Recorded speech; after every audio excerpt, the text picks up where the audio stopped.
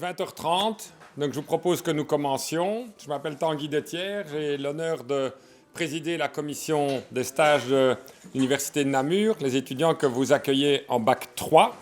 Et nous avons commencé cette initiative en 2013. Nous étions la première université francophone à lancer ça et je pense que c'est un franc succès. Et maintenant, toutes les universités ont mis en place ce stage en bac 3. On ne peut que s'en réjouir. Mes premiers remerciements iront vers vous, les tuteurs. Je crois qu'on a maintenant plusieurs centaines de tuteurs de l'Université de Namur qui ont accueilli plusieurs fois ou une fois des stagiaires de bac 3 et les retours en sont toujours très positifs. On est très heureux de vous recevoir aujourd'hui. On avait décidé qu'on voulait un petit peu créer du lien avec les tuteurs. Donc, je salue ceux qui nous ont rejoints ici dans ces nouveaux locaux de l'Université de Namur. On vient de faire une petite visite. Et je salue ceux qui sont à distance et qui participent également. On va répartir la soirée en 4 exposés. Martin nous parlera d'abord du stage du programme de bac 3. En quelques minutes, vous aurez un petit peu comme ça les cours qui sont présentés aux étudiants. Martin Deseille, qui est professeur à la faculté. Dominique nous parlera un petit peu de l'évaluation du stage. Et nous aurons, on va dire, le gros morceau qui est un exposé sur le débriefing court qui sera vraiment utile lors de l'évaluation de nos stagiaires et qui sera présenté par Hélène Givron et Jean-Christophe Servotte de l'ENALUX. Et nous terminerons avec notre doyen Pierre Garin qui nous parlera en quelques minutes du projet déjà bien avancé du master en spécialisation de médecine générale. On essaiera, et c'est mon rôle, de terminer vers 22h30, non sans avoir pris un petit peu de temps pour répondre à vos éventuelles questions. Alors, comme le système ne permet pas à ceux qui sont à distance de poser des questions, on ne voudrait pas quand même que vous vous sentiez frustrés. Donc, si vous êtes à distance, je ne vais pas mettre mon téléphone en mode avion. Et si vous avez des questions, je vous invite alors à les poser par SMS au 0477 28 32 46. Je le répète, 0477 28 32 46 si vous avez des réflexions ou des questions à nous poser. Je cède tout de suite la parole à Martin Deseille qui va nous parler un petit peu du programme des bac 3. Bonsoir à toutes et à tous. Voilà, je suis très content d'être là avec vous ce soir et je vous félicite pour votre courage d'être ici un mardi soir pour venir vous érudir et nous soutenir dans différents projets. Alors, le programme d'études du bachelier, c'est important que chacun puisse en prendre connaissance puisqu'il va quelque part refléter ce que vous pouvez attendre des étudiants lorsqu'ils sont en stage chez vous. Alors vous verrez que j'ai mis en rouge des cours qui sont plutôt des soft skills, mais qui dénotent quelque part avec les autres cours. Ici, on a beaucoup de sciences précliniques, biologie, chimie médicale, introduction à la physique médicale, biochimie et biologie cellulaire, biologie, biochimie cellulaire, histologie, encore histologie, de l'anatomie, la physiologie générale, la génétique, biostatistique, de l'anglais et des sciences religieuses, étant des cours qui dénotent dans cette première année en tant que cours proposant des soft skills, si on peut les mettre sous cette appellation-là, dans toute une série de cours précliniques. Ici, nous avons encore en bac 2 différents cours précliniques et on arrive tout doucement vers des cours qui vont être des cours cliniques vers le bac 3 et vous verrez qu'il y a encore des cours qui sont un petit peu en dehors de ces cours précliniques, la philosophie de la biomédecine et la psychologie générale qui arrive en bac 2. Biochimie encore, donc neurophysiologie, immunologie générale.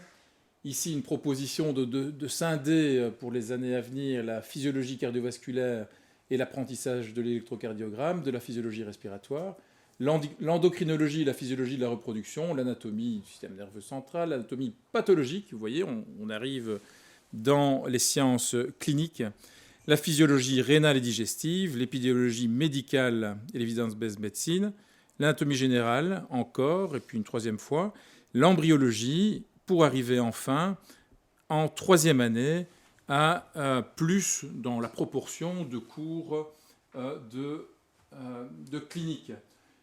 Encore des cours transversaux, l'imagerie médicale, dans lequel on pourrait imaginer avoir des cours précliniques comme de la physique, la santé publique.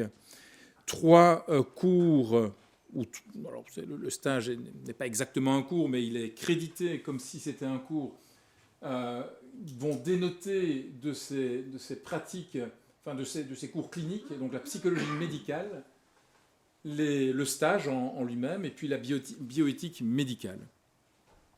On pourrait noter également la volonté que l'on a dans la sémiologie générale de mêler à la fois apprentissage de soft skills, c'est-à-dire de la communication médecin-malade, dont l'entièreté des travaux pratiques de psychologie médicale est liée, donc relations médecin-malade et relations interprofessionnelles au deuxième quadrimestre.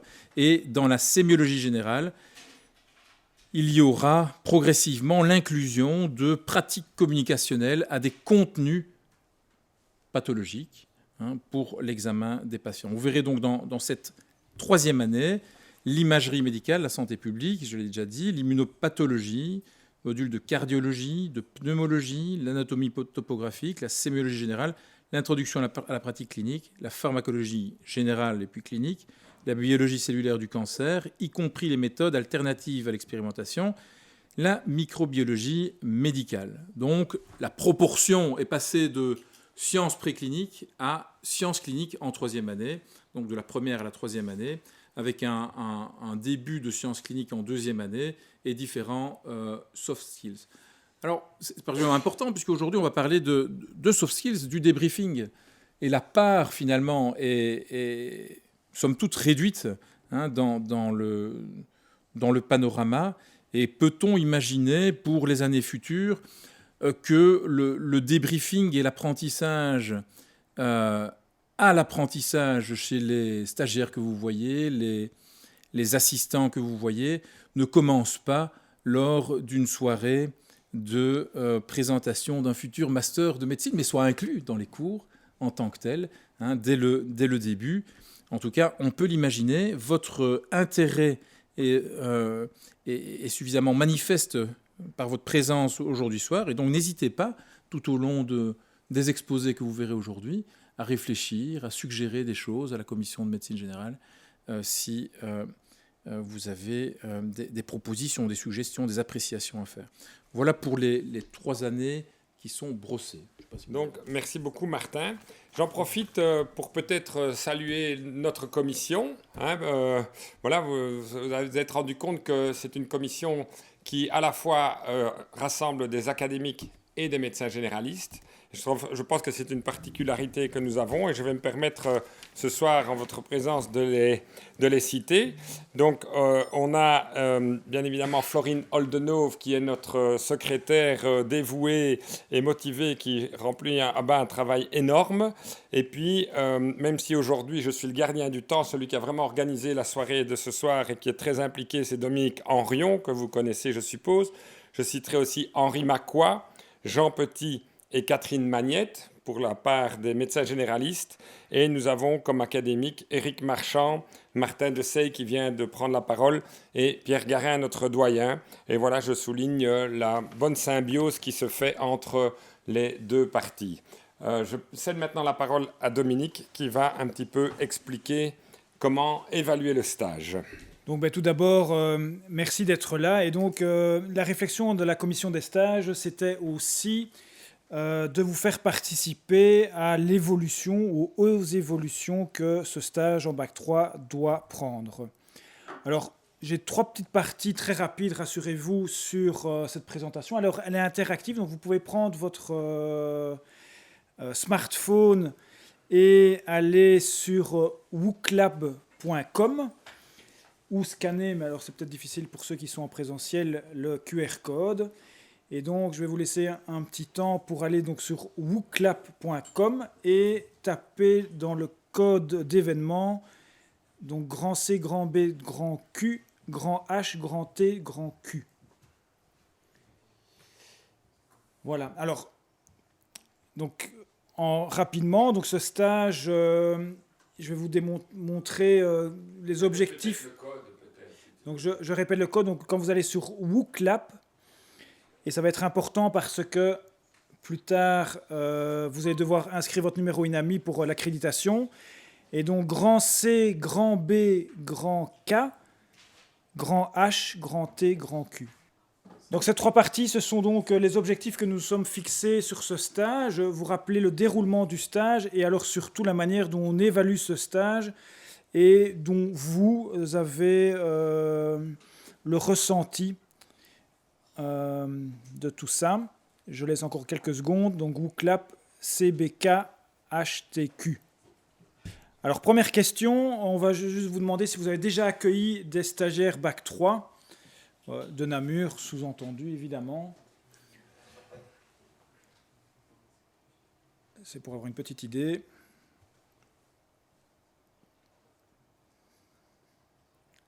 Donc on est très heureux, évidemment, d'avoir...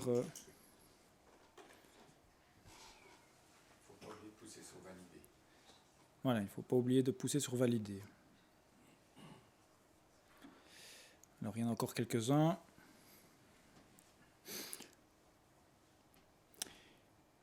Et donc en même temps, on est très heureux, il y a 23% des participants qui n'ont pas encore accueilli de stagiaires et qui nous suivent, donc ça va peut-être leur donner des idées, c'est très bien. Alors, les objectifs pour les étudiants, c'est ceci. C'était ce qu'on avait fixé depuis le début, mais on pourrait très bien imaginer faire évoluer ça. Alors, je suis désolé pour la présentation qui devait être plus dynamique, mais avec WooClap, c'est un peu moins bien. Donc il y a 5 grands items. D'abord, donc les connaissances théoriques. Donc comme on vient de montrer, évidemment, les étudiants ont déjà des connaissances qui sont précliniques et cliniques. Par exemple, donc la cardio, la sémio, la pneumo, la psycho, ils ont déjà des données solides. Et donc, notre idée, c'est de les faire participer et développer leur curiosité intellectuelle sur toutes ces matières. Et aussi de les faire participer à la consultation. Il est très clair que c'est le bon moment, je pense, pour les faire participer à l'anamnèse et à l'examen clinique, par exemple. Les hypothèses diagnostiques, c'est peut-être un peu tôt, mais en tout cas, l'anamnèse et l'examen clinique, c'est très clair. Ensuite, il nous semble aussi important, et c'est quelque chose personnellement auquel je suis fort attaché, c'est de pouvoir faire identifier à ces futurs médecins les rôles du médecin généraliste. Alors peu importe qu'il s'oriente vers la médecine générale ou vers la médecine spécialisée, c'est vraiment important qu'un futur ophtalmologue puisse prendre conscience des limitations qu'on peut rencontrer en médecine générale pour examiner un œil, par exemple. Et ce que je suis très attaché, c'est effectivement l'articulation entre les différents niveaux de soins. Alors, on l'a dit, ils ont ici un gros bagage sur la relation médecin-patient, ils ont eu des TP, ils ont eu des formations, et donc c'est aussi le moment de mettre tout ça en pratique, et donc n'hésitez pas à les faire participer à cette communication entre le médecin et le patient. Ils ont aussi une petite notion, alors elle est rapide, hein, mais ce que c'est le secret professionnel et la déontologie, mais c'est l'occasion que vous puissiez leur transmettre de bonnes bases pour leur futur. Moi, je pense que la confraternité, ce n'est pas un vain mot, ce n'est pas une protection un petit peu idéaliste. Les loups ne se mangent pas entre eux, c'est totalement faux. Ça a vraiment un intérêt, et ça a un intérêt envers les patients pour que la confiance puisse fonctionner. Et donc là aussi, c'est sympa si vous pouviez leur transmettre des notions qui ne leur sautent peut-être pas toujours aux yeux. Alors, évidemment, c'est une réflexion sur leur future pratique médicale. Ça, c'est eux qui vont cheminer un peu dans leur tête.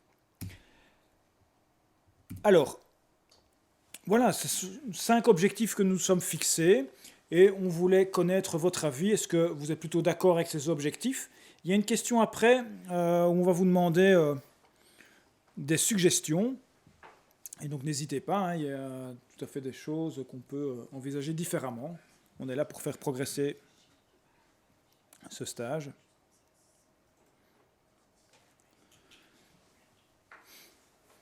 Ou alors c'est pire qu'en Russie.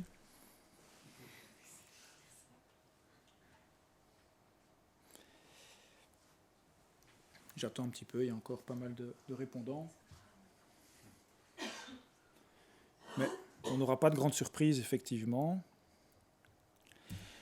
Peut-être, chose plus importante, je me permets de passer, c'est vos suggestions. Je pense que ça, vraiment, on va y être attentif. Donc, si vous avez des bonnes idées d'objectifs, s'il y a vraiment des points d'attention qui vous semblent importants pour des stagiaires Bac 3 de connaître, d'atteindre, s'il vous semble, je ne sais pas moi, que faire une journée d'observation en pharmacie auprès d'un infirmier, auprès d'un psychologue, ça pourrait faire partie, pourquoi pas, de la multidisciplinarité. Donc je disais, pendant que vous répondez au petit sondage, que nos étudiants, en ce qui concerne la mise en évidence de possibles hypothèses diagnostiques, tu disais c'est peut-être un peu tôt. Pour les problèmes cardiovasculaires et respiratoires, ils ont eu leur cours de pneumo et de cardio, ce qui n'était pas le cas quand vous étiez aux études, où c'était en doctorat, comme on disait avant, master maintenant. Et donc là, ils sont tout à fait... on attend d'eux, en tout cas moi, professeur de pneumologie, j'attends d'eux qu'ils soient capables de d'énoncer des hypothèses diagnostiques pour les problèmes respiratoires. En tout cas.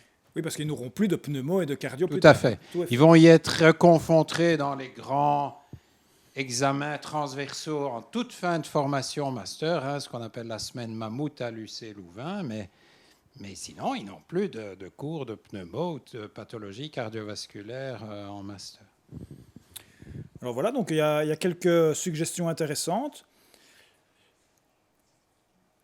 Alors je vois une proposition, informer l'étudiant de la densité de patients généralistes dans la zone où il effectue son stage. Effectivement, c'est des choses évidemment d'actualité actuellement. La multidisciplinarité, eh bien écoutez, merci beaucoup pour ces suggestions. On va les analyser bien en détail et ça va nous faire progresser. Alors le déroulement du stage chez nous à l'UNAMUR, donc pour rappel, ils ont une session de stage, une session d'examen qui est avancée en mai. Ils ont une semaine de congé et puis ils vont en stage pendant 3 semaines. Donc ils sont débarrassés de toute la pression d'un examen quand ils viennent en stage. Ils ne sont pas en blocus, donc vraiment ils sont normalement relax. Et ça vient ponctuer un peu la fin d'un cycle, puisqu'ils sont en fin de Bac 3, et normalement, si tout se passe bien, ils partiront malheureusement de Namur pour aller ailleurs. Et donc, est-ce une période pertinente, selon vous? Est-ce que dans ce déroulement de stage, vous avez besoin de plus de soutien de notre part, d'une manière ou d'une autre? Voilà, il y a toute une série de choses qu'on pourrait mettre en place. Alors, on leur dit qu'on reste à leur disposition. Ils ont nos numéros de téléphone, ils ont nos adresses mail. On a très très peu de retours et de problèmes, mais on reste évidemment très à l'écoute. Mais pourquoi pas, si vous nous suggérez des choses, eh bien on pourrait les mettre en place. Et la première question qu'on vous pose, est-ce que cette période de stage vous semble pertinente? Il faut savoir que les années précédentes, de temps en temps, on a des remarques qui nous disent au mois de juin, c'était plus calme et donc on n'avait pas grand-chose à faire avec les stagiaires. Inversement, pour ceux qui ont des stagiaires de Master 2 pour l'instant, c'est un peu l'inverse, les pauvres. On n'a pas beaucoup de temps à leur consacrer. Dominique, oui. Une petite réflexion. Prends le micro si tu veux bien, comme ça. Je parle très fort, juste une petite réflexion. Ils n'ont pas d'examen, sauf ceux qui ont des casseroles. Oui, donc effectivement, donc, certains peuvent avoir des crédits en retard. Et oui, alors on leur redit, ils le savent, et on insiste beaucoup là-dessus, que ceux qui ont des examens à représenter durant cette session, d'abord, première chose, on y est attentif, et donc on contacte leur tuteur pour ceux qui ont plus que 2 examens à représenter, afin de s'assurer quand même que la qualité du stage y est.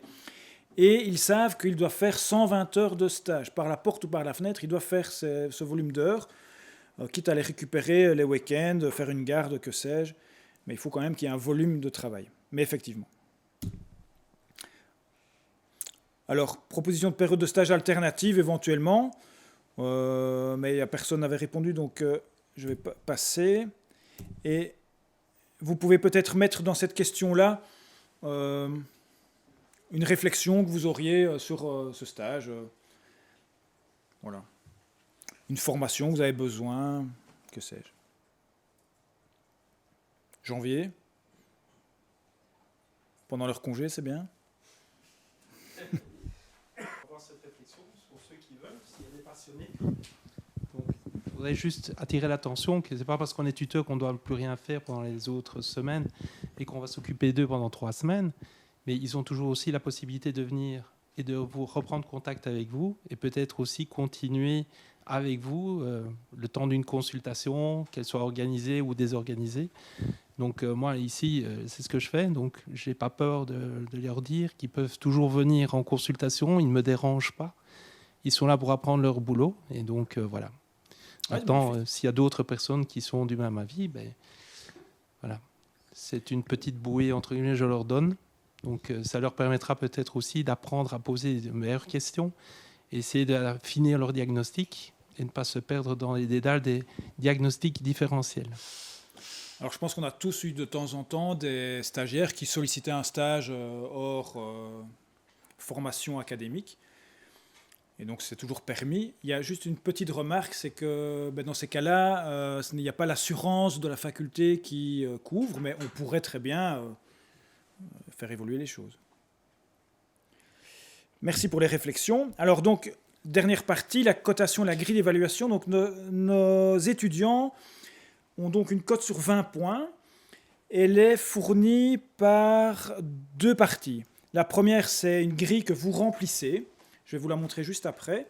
Et il y a 8 points qui sont obtenus lors d'un examen oral qui est organisé ici, juste après leur stage, par les membres de la commission. Alors, rassurez-vous, cet examen oral, il est plus sous forme d'un entretien que d'un examen vraiment compliqué. Néanmoins, on les interroge sur les critères et les spécificités de la médecine générale telles que décrits par la Wonka dans son fameux arbre. Voilà, c'est 12 points faciles. Et il y a 12 points qui sont fournis par votre grille d'évaluation. Alors, pour rappel, cette grille d'évaluation, c'est ceci. Alors, c'est en petit, mais c'est les items que je vous ai présentés au début qui représentent les objectifs du stage. Et il y a des lignes en rouge. Et ces lignes en rouge, c'est quoi ?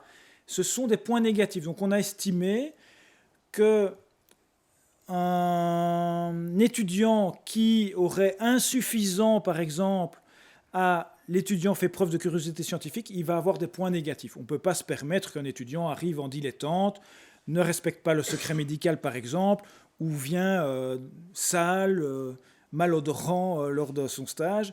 Voilà, donc ça, évidemment, c'est des critères sur lesquels on est très attentif. Alors cette grille d'évaluation, elle nous amène des points qui sont staliniens, hein, donc ils ont tous des points très très bons, et je pense que les tuteurs, évidemment, sont très bienveillants avec leurs stagiaires, ce qui nous pose un mini problème. Alors c'est pas pour en buser, loin de là, et ils sont très contents d'aller en stage, et c'est très bien ainsi, mais c'est pas toujours très discriminant dans leur cursus. Or, parfois, et le problème va se poser de plus en plus quand ils vont arriver en fin de master et qu'ils vont présenter un concours, eh bien, ceux qui vont vouloir présenter le concours de médecine générale, ils sont en partie évalués sur l'ensemble de leur cursus. Et donc, on pourrait imaginer que ce stage de Bac 3, il puisse être repêché pour sélectionner ceux qui veulent présenter le concours de médecine générale et arriver en master. Voilà. Donc, ce n'est pas si anodin que ça. Et comme il n'est pas discriminant, on pourrait imaginer le faire évoluer d'une manière ou d'une autre. Et donc, on vous demande de nouveau votre avis. Il ne faut rien changer, très bien. On peut changer un petit peu ou on peut complètement revoir le mode d'évaluation. Et il y a une dernière question, et puis j'en aurai fini, sur ce point.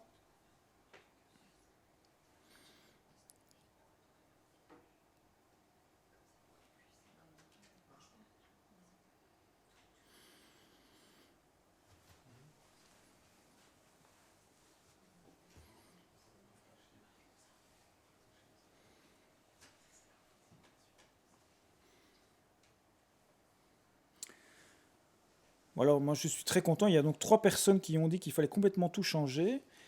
Et alors ces 3 personnes, j'espère qu'ils vont répondre à la question suivante, parce que je propose certaines choses. Par exemple, dans cette grille d'évaluation, on pourrait simplement lister toute une série de points, vu, pas vu. C'est-à-dire examen clinique, cardiologique, vu, pas vu. Examen d'un abdomen, vu, pas vu. Voilà. L'examen oral, on pourrait très bien faire autrement. On pourrait très bien aussi, ma collaboratrice ici, Catherine, lors d'un passage dans un congrès au Luxembourg, on a vu une présentation très intéressante sur la production d'un contenu. C'est-à-dire que plutôt que de faire un rapport de cas écrit comme on faisait auparavant, on pourrait très bien leur demander de produire un mini podcast tout simple mais partageable qui puisse bénéficier à la communauté, pourquoi pas. Et donc, vous pouvez faire vos propositions et je vous remercie dès à présent.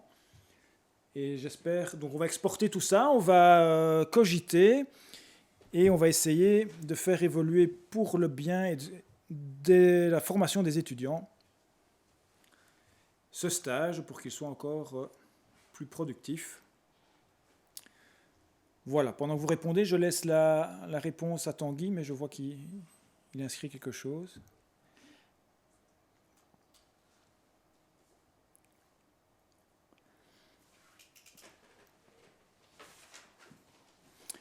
Voilà, eh bien je vous remercie et je laisse la parole à Tanguy et puis aux interlocuteurs suivants. Bonne soirée. Merci beaucoup Dominique, je pense qu'on analysera avec attention tout ça. J'ai juste pris des petites notes au vol comme ça. J'ai lu qu'il y en avait un qui avait dit « je voudrais un stagiaire plus actif ».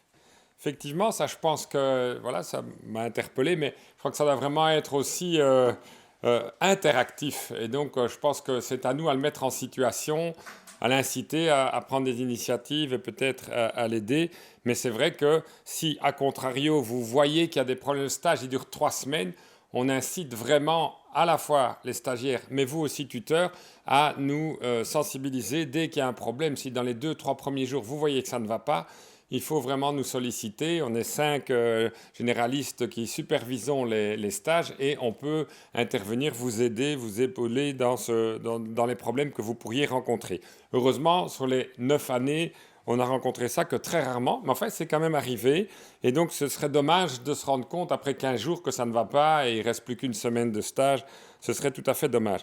Je rebondis aussi sur le compagnonnage que vous avez cité tout à l'heure. Sachez qu'on travaille en collaboration avec l'Université de McGill à Montréal.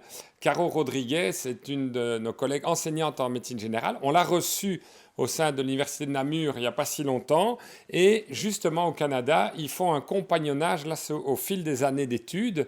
Et on est en train de comparer les 2 systèmes pour voir lequel des systèmes est le plus efficient, à savoir aller en consultation au fil du temps, au fil de l'année, voire réévaluer les acquis, ou bien concentrer le stage sur 3 semaines comme nous le faisons. Donc voilà, c'est en cours d'analyse, mais je trouvais que c'était vraiment intéressant, en tout cas cette rencontre qu'on a faite, et vous voyez qu'on rejoint tout à fait votre préoccupation. Donc on va cogiter certainement là-dessus. Voilà, on va passer au gros morceau de la soirée maintenant, puisqu'on va un peu discuter avec nos orateurs sur le débriefing court. On va essayer de vous proposer des outils simples, brefs, faciles, pour évaluer en cours et à la fin du stage les qualités et défauts de votre stagiaire. Et pour ça, on aura Hélène Givron, qui travaille avec Martin Deseille au département de psychologie, et épaulé par Jean-Christophe Servotte qui, à l'UNALUX, enseigne justement la simulation. Voilà. Tanguy, tu as 3 messages sur Outlook pour te regarder s'il y a des questions à adresser. Ah. Tu cliques sur message là en bas. Ça va s'afficher.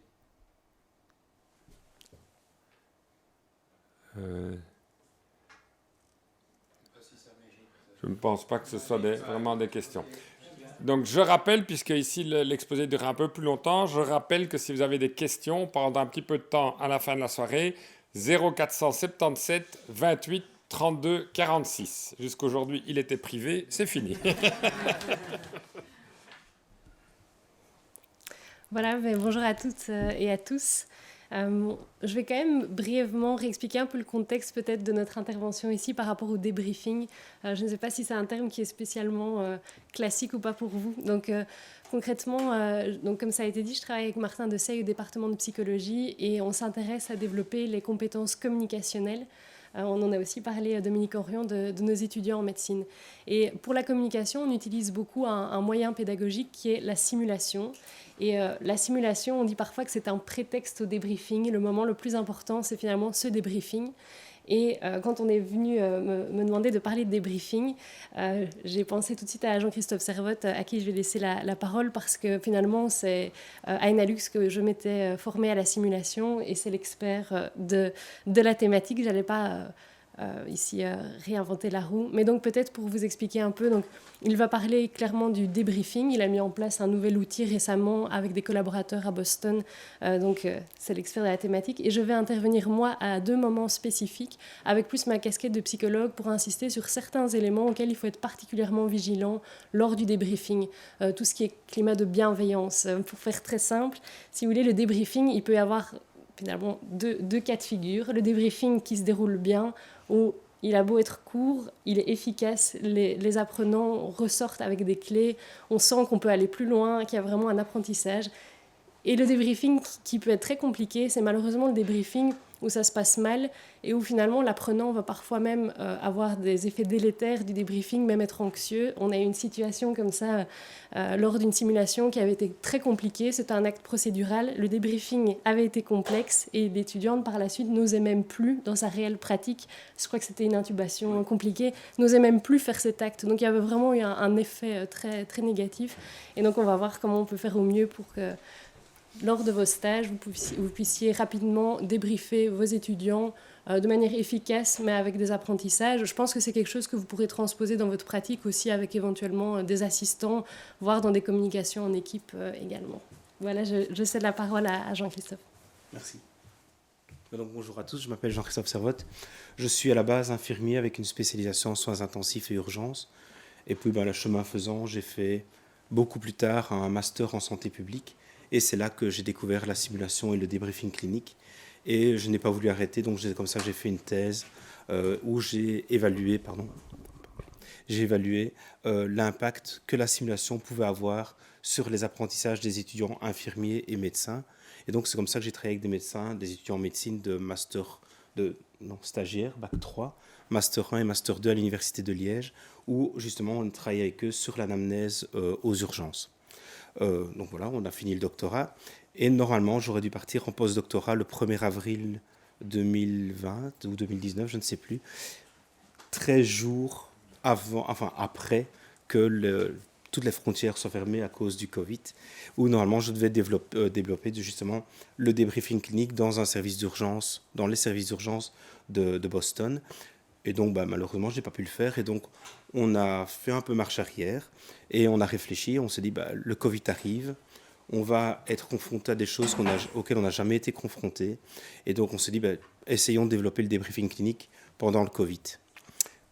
Et c'est comme ça que pendant 80 jours, 3 fois par jour, je contactais les services d'urgence du CHU de Liège, donc le Sartillement et Notre-Dame-des-Bruyères, et où on faisait des débriefings cliniques par rapport à ce qu'ils avaient vécu pendant la journée. Alors, ce débriefing clinique ne s'est pas construit tout seul. On a d'abord développé un modèle. Et donc ici, je fais une déclaration de non-conflit d'intérêts, mais c'est surtout pour vous présenter aussi les personnes avec qui j'ai travaillé, parce que je ne l'ai pas inventé tout seul, ce modèle de débriefing clinique. Ça a été travaillé avec Deban Shield principalement, qui travaille au CMS de Boston, donc le centre de simulation qui est rattaché à l'université d'Harvard, qui travaille au Massachusetts General Hospital, avec Paul Melan, qui est un pédiatre, qui est lui vraiment le pionnier du débriefing clinique aux États-Unis, qui est pédiatre à Norfolk en Virginie, Bram Welch, qui est son collaborateur, et puis 3 collègues belges qui ont travaillé avec moi, ainsi que donc M. Guissen, qui était mon responsable à Liège. Alors, le débriefing, comme Hélène vient de vous en parler très brièvement, Dominique tout à l'heure aussi, lors de la présentation des futurs locaux, je l'espère pour vous, de simulation. Finalement, le débriefing, c'est en fait une activité qui va suivre une une activité clinique, ça va être une discussion que vous allez avoir entre des personnes formées qui ont participé à la simulation et vous en tant que formateur. Vous allez encourager la pratique réflexive des étudiants, donc c'est eux qui vont réfléchir sur ce qu'ils ont fait, c'est pas vous qui allez leur dire « tu aurais dû faire ça ». Et ça change pas mal les choses, et si vous y arrivez, ça facilite grandement votre tâche, parce que ce n'est pas vous qui devez leur faire percevoir ce qui ne s'est peut-être pas bien passé, c'est eux qui vont le faire. L'objectif, c'est de faire un débriefing, un feedback si ça n'a pas été, parce qu'on n'est pas dans le monde des bisounours non plus. Si ça n'a pas été, il faut pouvoir leur dire, pour pouvoir augmenter la performance et surtout les compétences des étudiants. Et donc, les participants vont être encouragés, mais le débriefing ne dure pas longtemps. Un débriefing clinique classique avec une équipe d'urgence dure entre 10 et 15 minutes maximum. Ça n'a rien à voir avec la simulation qui, elle, dure plus longtemps. Mais pour le débriefing clinique, 10-15 minutes maximum, vous verrez tout à l'heure des graphiques, où on va explorer l'émotion quand même de l'étudiant, voir comment il se sent. Puis, on va lui poser des questions et le faire réfléchir sur ce qu'il a fait. Et l'objectif, c'est qu'il assimile ce qu'il a bien fait, qu'il assimile ce que vous lui conseillez de modifier dans sa pratique et qu'il puisse directement l'appliquer dans le cas suivant. Ça, c'est vraiment l'idéal de la pratique clinique. Et donc, finalement, le débriefing, ça va être une conversation critique que vous allez avoir où vous allez restructurer la situation avec l'étudiant pour clarifier vos perspectives, ses perspectives, les hypothèses qu'il avait dans la tête. Et en fait, c'est le but ultime, le débriefing, de tout le stage, en fait. Parce qu'en fait, on apprend beaucoup par compagnonnage. J'entends depuis tantôt le compagnonnage. C'est vrai qu'on a tous appris comme ça, moi, en tant qu'infirmier. On a appris selon la modalité qu'on appelle le see one, do one, teach one. Donc, on voit une fois quelqu'un qui fait quelque chose, on le fait après, et après, je transmets à quelqu'un d'autre la même pratique. Sauf que, en fait, on peut, sans le faire exprès, parce qu'on n'a pas bien observé la personne qui était en train, par exemple, de faire l'anamnèse, on n'a pas bien compris ce qu'il faisait, on va répéter le même geste sans savoir ce qu'il avait derrière la tête. Je prends un bête exemple. Vous allez voir un patient qui a des douleurs. J'ai justement le cas il y a quelques semaines avec des étudiants en master en sciences infirmières. Vous rentrez, le patient se plaint de douleurs au ventre et vous connaissez le patient, vous savez qu'il a des ulcères, etc. Globalement, il se plaint souvent de ça. Vous allez lui poser des questions. Probablement que vous allez quand même vérifier qu'il n'est pas à côté des douleurs thoraciques, que ça n'irradie pas vers le thorax, etc. Et puis, vous allez très rapidement vous orienter vers la douleur gastrique. Puis, vous allez aller chez un autre patient qui est angoreux, etc., que vous connaissez bien. Mais c'est lui qui va faire l'anamnèse, l'étudiant, pardon. Et il va répéter exactement la même chose que vous avez fait. Et qu'est-ce qu'on a vu nous faire? C'est que finalement, le patient n'existait plus et il n'était plus que sur ça. Le patient ne se résumait qu'à la petite douleur gastrique. Alors, on pourrait dire, qu'est-ce qu'il fait? Il ne pose même pas de questions sur... Et donc, en fait, le patient avait un infart. Dans l'anamnèse dont je vous explique ici, on pourrait lui dire, c'est pas ça, il fallait que tu poses ça, il fallait que tu poses ça, il fallait que tu poses ça. C'est vrai que ça peut être intéressant, seulement on ne sait pas ce qui l'a motivé, on ne sait pas ce qu'il avait dans la tête. Et en faisant le débriefing, vous allez arriver à comprendre ce que l'étudiant a derrière la tête. Et donc, le débriefing n'est pas un cours magistral. Ça va être une discussion entre un ou plusieurs apprenants. Ici, dans le cadre du stage, je suppose que vous avez un seul stagiaire et vous-même, où vous allez revivre ce qui s'est passé. Et l'objectif, en fait, c'est qu'il ait une expérience concrète. Vous l'observez, vous le faites réfléchir, toujours en quelques minutes. Il n'y a pas besoin de prendre 2 heures pour ça. Vous allez réénoncer des concepts, des choses qu'il ne comprend pas. Je viens d'entendre parler de l'anamnèse et de l'examen clinique cardiopulmonaire cardiopulmonaire. Il y a des choses que peut-être qu'il ne sait pas encore faire, des questions qu'il ne pose pas correctement, une auscultation qu'il ne fait peut-être pas correctement. C'est le moment de lui redonner les explications nécessaires pour qu'il le fasse correctement, et surtout que juste après, c'est là qu'on termine le cercle, qu'il le refasse sur un autre patient et qu'il s'améliore de cette manière-là. Alors, quelle est la différence finalement entre le feedback et le débriefing? Parce que du feedback, on peut en donner dans le débriefing. Le feedback, lui, c'est unilatéral. Donc c'est vous qui allez dire à l'étudiant, tu n'as pas fait ça, tu aurais dû faire ça. Comme je le dis, ça apparaît dans le débriefing également. Le débriefing, par contre, lui, ça va être plutôt une réflexion guidée. Alors, qu'est-ce qu'on va essayer de chercher? C'est qu'en fait, derrière toutes les actions que l'étudiant fait, les propos qu'il va tenir, c'est visible. Vous savez ce qu'il fait, vous voyez ce qu'il fait. Par contre, vous connaissez plus ou moins le résultat que ça va avoir, mais par contre, vous ne savez pas du tout pourquoi il le fait. Vous ne connaissez pas ce qu'on appelle la trame cognitive de l'étudiant. Vous ne savez pas pourquoi il n'a pas posé tel geste. Vous ne savez pas pourquoi il n'a pas posé telle question.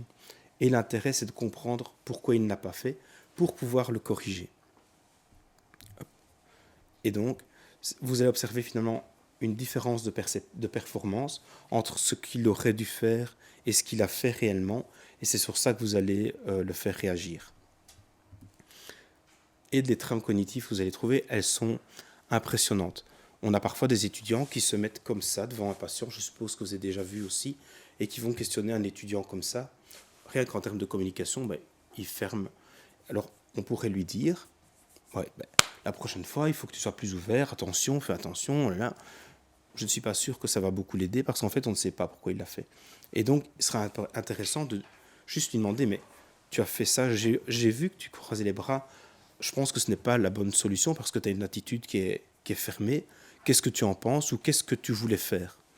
Et vous allez peut-être trouver, je ne sais pas, des choses que peut-être il a mal vécues à un moment donné ou il a des attitudes qu'il a déjà vu faire et qu'il a envie de répéter et que vous pouvez ainsi corriger. En tout cas, vous allez découvrir des trames cognitives qui sont basées sur les hypothèses, des sentiments qu'il a, ses propres objectifs, sur des règles, des règlements. Tout à l'heure, vous parlez de confraternité, de secret professionnel. Il y a peut-être des règles qu'il ne comprend pas encore en termes de secret professionnel et qu'il serait bon de lui réexpliquer, mais il faut savoir pourquoi il le fait avant de lui expliquer. Ça peut être des connaissances de base, et ça, on découvre parfois que des étudiants que l'on pense particulièrement brillants, une fois qu'on leur demande un petit peu plus, mais tiens, pourquoi est-ce que tu as fait ça? On découvre qu'il y a des déficits de connaissances, et ça peut être utile de corriger à ce moment-là. De difficultés de perception de la situation. Et ça, probablement qu'avec des stagiaires de 3e, c'est ce que vous allez avoir souvent, c'est qu'ils ne perçoivent pas la situation dans leur entièreté, dans leur globalité. C'est là que vous allez pouvoir corriger aussi les choses. Et parfois l'influence du contexte. Je te laisse la parole. Voilà, il est 9h15, peut-être que la plupart d'entre vous s'endorment. Alors, est-ce que vous pouvez me rappeler le numéro de GSM du docteur Dethier? Je vous regarde. Et maintenant, je vais faire un petit parallèle avec ce qui vient d'être dit sur la dia précédente. Il était mis aussi attention au non-jugement. Par rapport à ça, je vais faire un petit point. Je ne vais pas vous faire un cours sur les théories de l'attachement. D'ailleurs, le professeur Dessay serait bien plus à même que moi de développer ces points-là. Mais je voulais simplement faire un petit lien avec l'importance, dans le débriefing, de mettre en place également un climat bienveillant, de non-jugement. En fait, l'idée, quand on parle de sécurité psychologique, c'est réussir à mettre en place un climat dans lequel l'étudiant va se sentir suffisamment à l'aise, suffisamment respecté, écouté, pour oser aborder certaines choses, oser exprimer par exemple des difficultés qu'il a pu ressentir, voire une erreur peut-être qu'il a repérée mais qu'il n'ose pas dire. Et là, en fait, tout va dépendre du climat, s'il se sent à l'aise pour le faire ou non.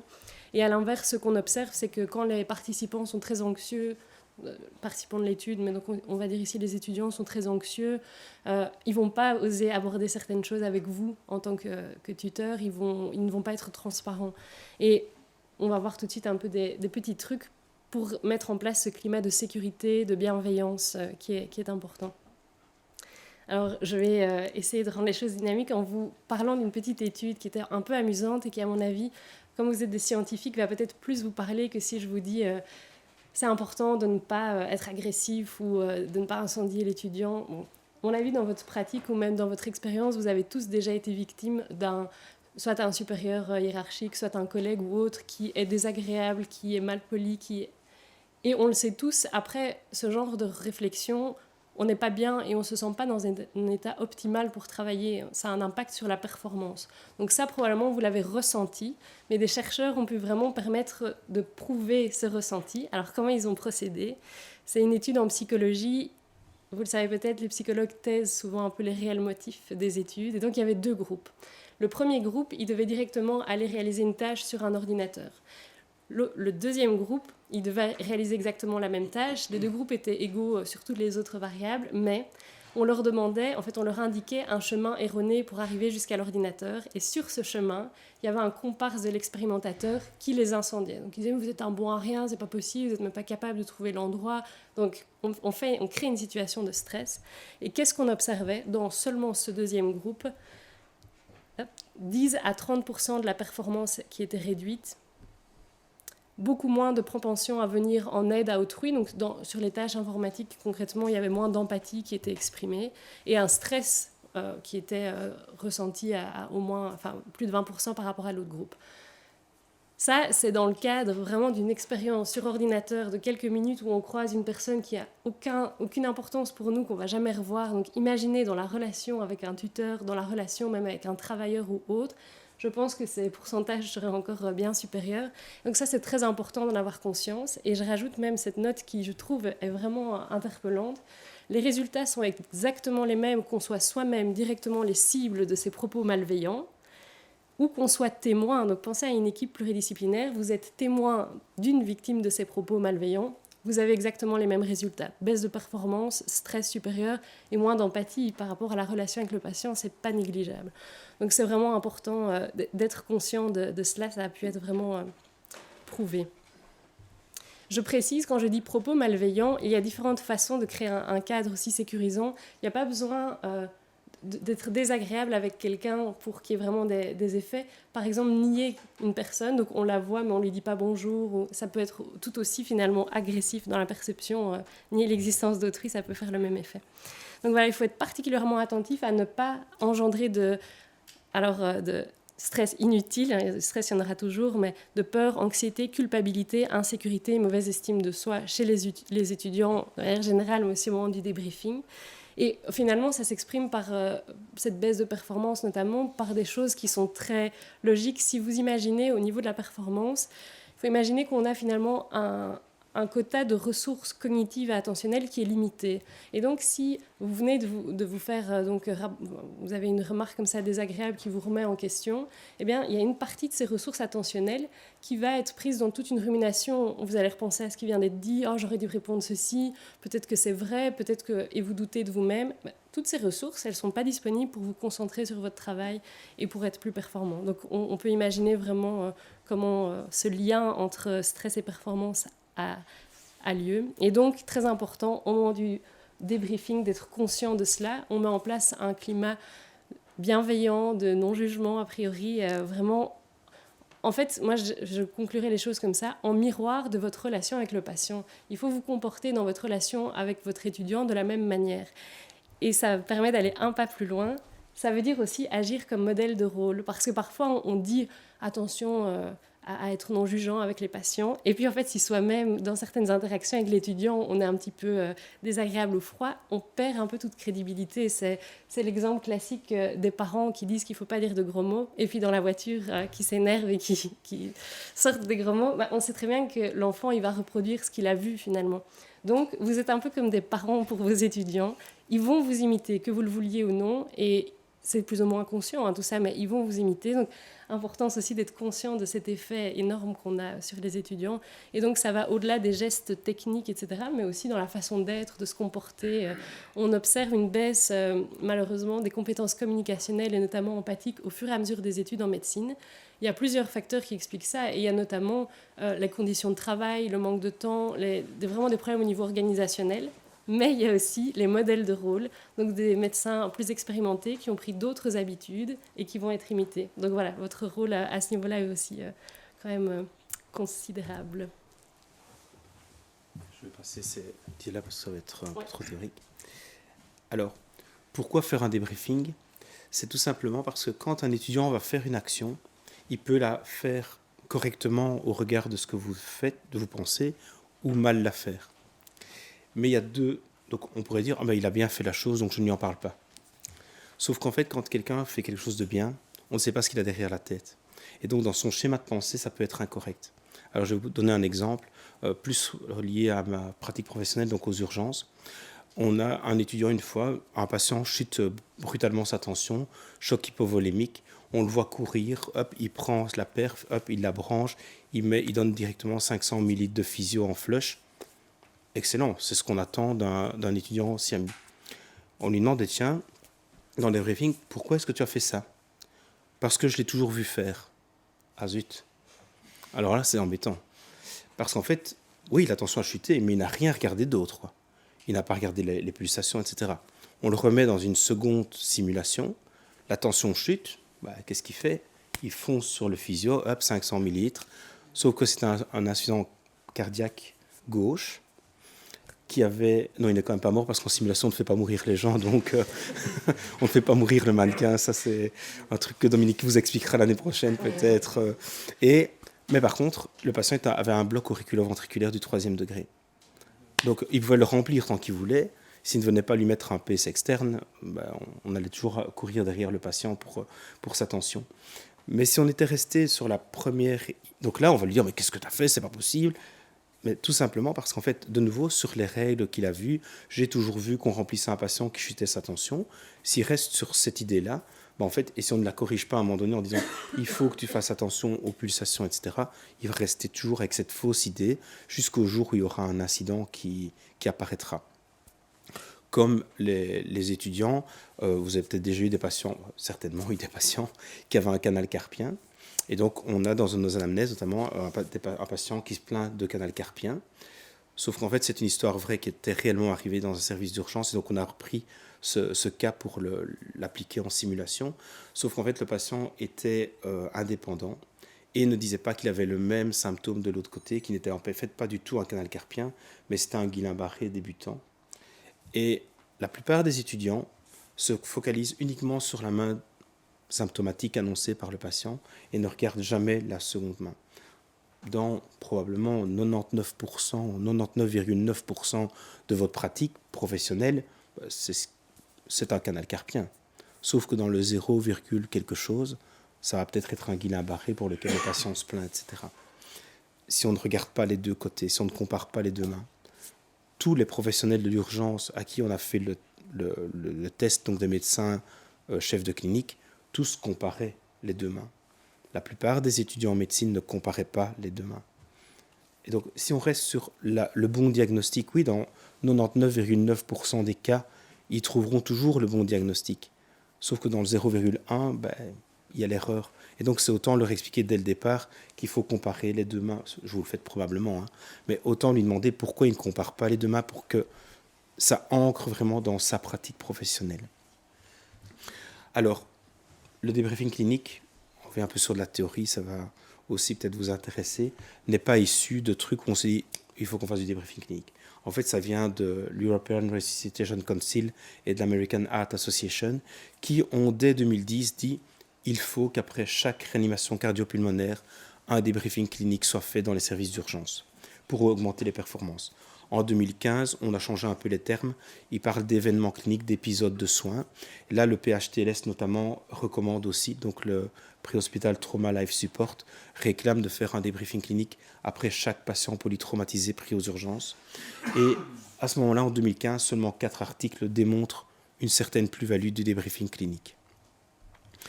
Depuis, aux États-Unis, ils essayent de l'implémenter vraiment de manière plus régulière, même si c'est encore compliqué. Melan a démontré que dans son service, grâce à l'apport du débriefing clinique, il y a une amélioration des compétences de son équipe sur la réanimation cardio-pulmonaire et puis sur les différentes autres actions qu'ils ont fait. Et donc, ça va être une discussion pour promouvoir vraiment l'apprentissage à travers la pratique réflexive pour améliorer les performances cliniques. Nous, on l'a défini en 2020 comme une méthode qui facilite la discussion autour des actions qui ont été réalisées, avec une guidance au niveau de la réflexion. Et ça, c'est vraiment quelque chose d'important. C'est vous qui allez être les guides de la réflexion de l'étudiant, finalement, pour qu'il puisse après le transférer, les nouveaux comportements, dans sa pratique clinique. Et le débriefing, parce que la question du temps en médecine générale, je pense qu'elle est la même qu'à l'hôpital, voire peut-être pire, mais on l'ignore un petit peu.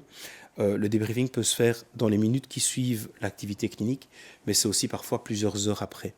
Donc nous, par exemple, dans le débriefing clinique que l'on a fait aux urgences, c'est en fin de pause où on réunissait l'équipe et où tout le monde se réunit pour discuter des cas. Donc vous n'êtes pas obligé de le faire après chaque cas, ce débriefing. Et donc le processus de débriefing va toucher probablement, quand vous allez en parler avec l'étudiant, ses connaissances, ses compétences et ses attitudes. Quand on parle de compétences, on parle de compétences psychomotrices. Donc tantôt on parlait de l'examen clinique, ça peut être l'examen clinique abdominal, ça peut être l'examen neuro, etc. Les connaissances, c'est les connaissances pures. Les attitudes, c'est plus tout ce qu'on appelle les soft skills, la communication, le travail d'équipe, peut-être l'appel qu'il va passer à un confrère, je ne sais pas, ou à l'hôpital, ou à d'autres soignants, vous disiez tout à l'heure. Ça peut inclure le jugement clinique. En tant que médecin généraliste, vous avez quand même un grand rôle en termes de jugement clinique, le raisonnement clinique, et oui, donc les compétences psychomotrices. Et on va utiliser ce qu'on appelle le plus delta. Je reviendrai sur ça un peu plus tard. Alors, les développements de modèles de débriefing qui sont essentiellement anglo-saxons et surtout focalisés sur l'urgence. C'est seulement maintenant où on essaye de les tester dans d'autres situations.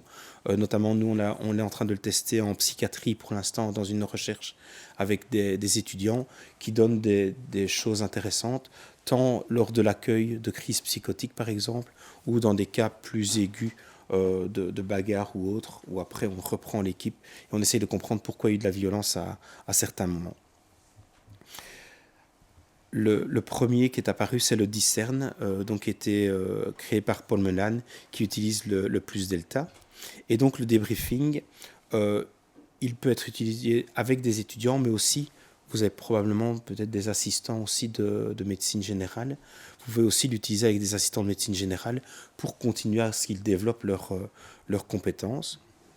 Éventuellement, vous pouvez aussi inclure, par exemple, s'il y a eu un incident, je ne sais pas, un incident avec une infirmière ou avec je ne sais pas qui, ou un aidant proche, vous pouvez éventuellement faire le débriefing avec ces personnes pour essayer de comprendre ce qui s'est passé. Et bien sûr, le facilitateur. Quand est-ce qu'on le fait? Donc, comme je vous l'ai dit, c'est soit immédiatement, on appelle ça les hot debriefing. Par exemple, il peut avoir fait une anamnèse. Je suppose qu'ils apprennent l'OPQRSTU dans leurs anamnèses. Et puis, vous vous rendez compte que dans l'anamnèse, il a à peine demandé au patient ce qui a provoqué la plainte, quand elle a débuté, un peu de signes et symptômes, mais après, il passe vite. Nous, on avait remarqué, par exemple, aux urgences, que tous les autres systèmes, ils les passaient rarement en revue. Et donc, vous pourriez très bien prendre après l'étudiant et parler sur ce propos-là. Écoute, on vient de faire un débriefing, qu'est-ce qui s'est bien passé selon toi? Il va peut-être dire que pour lui, tout s'est bien passé. Et là, vous pouvez dire, écoute, moi, je m'étonne parce que tu n'as pas revu tous les différents systèmes. Pourquoi est-ce que tu aurais pu prendre en compte les différents systèmes? Et puis après, vous parlez un peu plus de théorie et vous lui dites surtout, mais après, il faut absolument que dans la simulation, l'anamnèse suivante, tu fasses l'OPQRSTU complètement, etc. L'avantage de le faire directement après une situation clinique, c'est que vous êtes disponible normalement, vous minimisez les billets de rappel et s'il y a des choses urgentes que vous avez vues que l'étudiant ne connaît pas, ne fait pas correctement, vous pouvez tout de suite les corriger et ne pas attendre la fin de la journée pour le faire. L'inconvénient, c'est le temps. C'est peut-être les problèmes émotionnels, vous êtes peut-être fâché. Et donc, si vous êtes énervé, ça c'est un bon conseil. Moi, je l'ai vécu une fois, j'étais énervé sur des étudiants. C'est pas le moment de faire un débriefing. Autant se calmer et le faire après. Parce qu'en fait, vous allez dire des choses que vous ne diriez pas dans un autre contexte. Et donc, il vaut mieux parfois laisser retomber la pression, que ce soit de son côté et du vôtre, et puis en reparler. Je dis ça parce que c'est un étudiant qui avait insulté un patient qui était Alzheimer et qui avait menacé de lui donner un coup de poing. J'ai dû le retenir. Donc, après, j'ai débriefé avec lui, mais oui, j'y suis allé un peu trop fort en disant que c'était enfin bref, je suis vite monté dans les tours. C'était pas le bon truc avec un étudiant qui était déjà un peu violent. Il aurait mieux fallu se séparer un peu et puis en reparler. Ça peut être dans les minutes ou les heures après. Donc on appelle ça le warm debriefing. L'avantage, c'est que c'est programmé. Et donc moi, par exemple, avec les étudiants qu'on suit, je leur dis, à telle heure, on fera un débriefing clinique. Prépare-toi, repense à ce qui s'est passé pendant ta matinée ou ta journée et on en reparlera. L'inconvénient, c'est qu'il n'aura peut-être pas envie de le faire, que vous n'aurez pas le temps de le faire, enfin, tous les problèmes que vous pouvez rencontrer habituellement. Et parfois, c'est plusieurs jours après la situation. On voit ça surtout dans les les cas de catastrophe, par exemple, où on va reprendre, après les attentats de Malbec, par exemple, où on a repris en débriefing les équipes qui étaient intervenues en premier lieu, ben, c'est souvent plusieurs jours après. L'avantage, c'est qu'on a parfois, enfin en tout cas à l'hôpital, plus de données. On peut avoir des non-participants qui sont inclus dedans, donc on peut inviter d'autres personnes. L'inconvénient, c'est la disponibilité. Il y a beaucoup plus de billets de rappel, parce qu'on a oublié des choses après plusieurs jours. Et alors, parfois, certaines choses se font avec des discussions en grand groupe, mais ici, ce n'est pas votre cas. Oui, ça, je peux passer parce que ça ne concerne pas. L'objectif, c'est d'améliorer l'auto-évaluation et la réflexion des étudiants. Et ça, vous le verrez. Le premier débriefing que j'ai fait avec un étudiant, donc pas avec les équipes, mais avec un étudiant, je montrerai après avec les équipes, il a duré 1h20. Je devenais fou parce que l'étudiant ne savait même pas ce qu'il avait fait en fait. Il était tellement stressé de l'urgence qu'il avait eue qu'il n'arrivait plus à se rappeler ce qu'il avait vécu. Et donc c'était très compliqué. Donc 1h20, c'était long, mais après, au fur et à mesure, en fait, vous gagnez de l'expérience en tant que débriefeur et eux gagnent du temps en tant que débriefés. Et donc généralement, en plus, après quelques débriefings, ils arrivent en se disant « j'ai envie de parler de ça, j'ai envie de parler de ça ». Et comme ils savent qu'ils ne sont pas trop généralement chahutés quand ils disent eux-mêmes ce qui n'a pas été, en fait, ils disent de plus en plus de choses et ils cachent de moins en moins. On leur dit ça, c'est le terme apprécié, mais c'est surtout analyser les contributions individuelles et collectives dans le travail. Partager les émotions sans les approfondir, mais ça, je laisserai Hélène l'expliquer après. Et c'est surtout développer des opportunités d'apprentissage pour l'étudiant. C'est vraiment ça l'objectif. Et promouvoir l'esprit d'équipe, ça c'est habituellement quand on est plutôt dans une équipe d'urgence, par exemple, on le fait beaucoup. Et alors parfois identifier des menaces latentes qui contribuent à la sécurité du patient.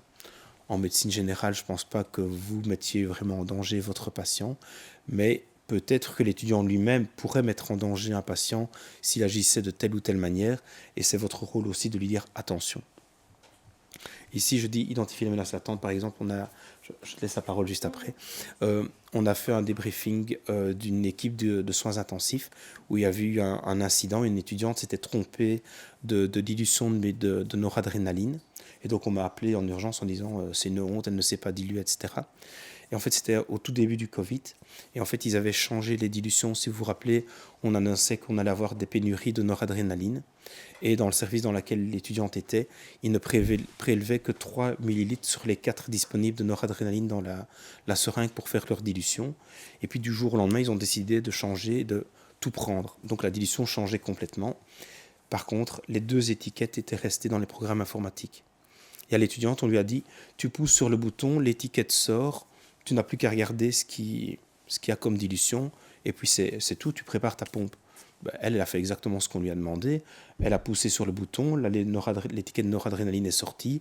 Elle a vu 3 dans 50, elle a mis 3 millilitres dans 50. Elle n'a pas regardé, c'est vrai, elle n'a pas regardé sur la seringue l'étiquette qui était 4 dans 50. Elle a changé. On a baissé d'un quart, de 25% la concentration de noradrénaline. Le patient était à 25 gamma de noradré. Il s'est craché au niveau tensionnel avec un 7 de tension. Alors quand on a fait le débriefing, il y a la question de pourquoi l'étudiante qui était nouvelle dans le service n'était pas accompagnée. Comment se fait-il surtout qu'il y ait deux dilutions qui coexistent dans un même service alors qu'une n'est plus applicable.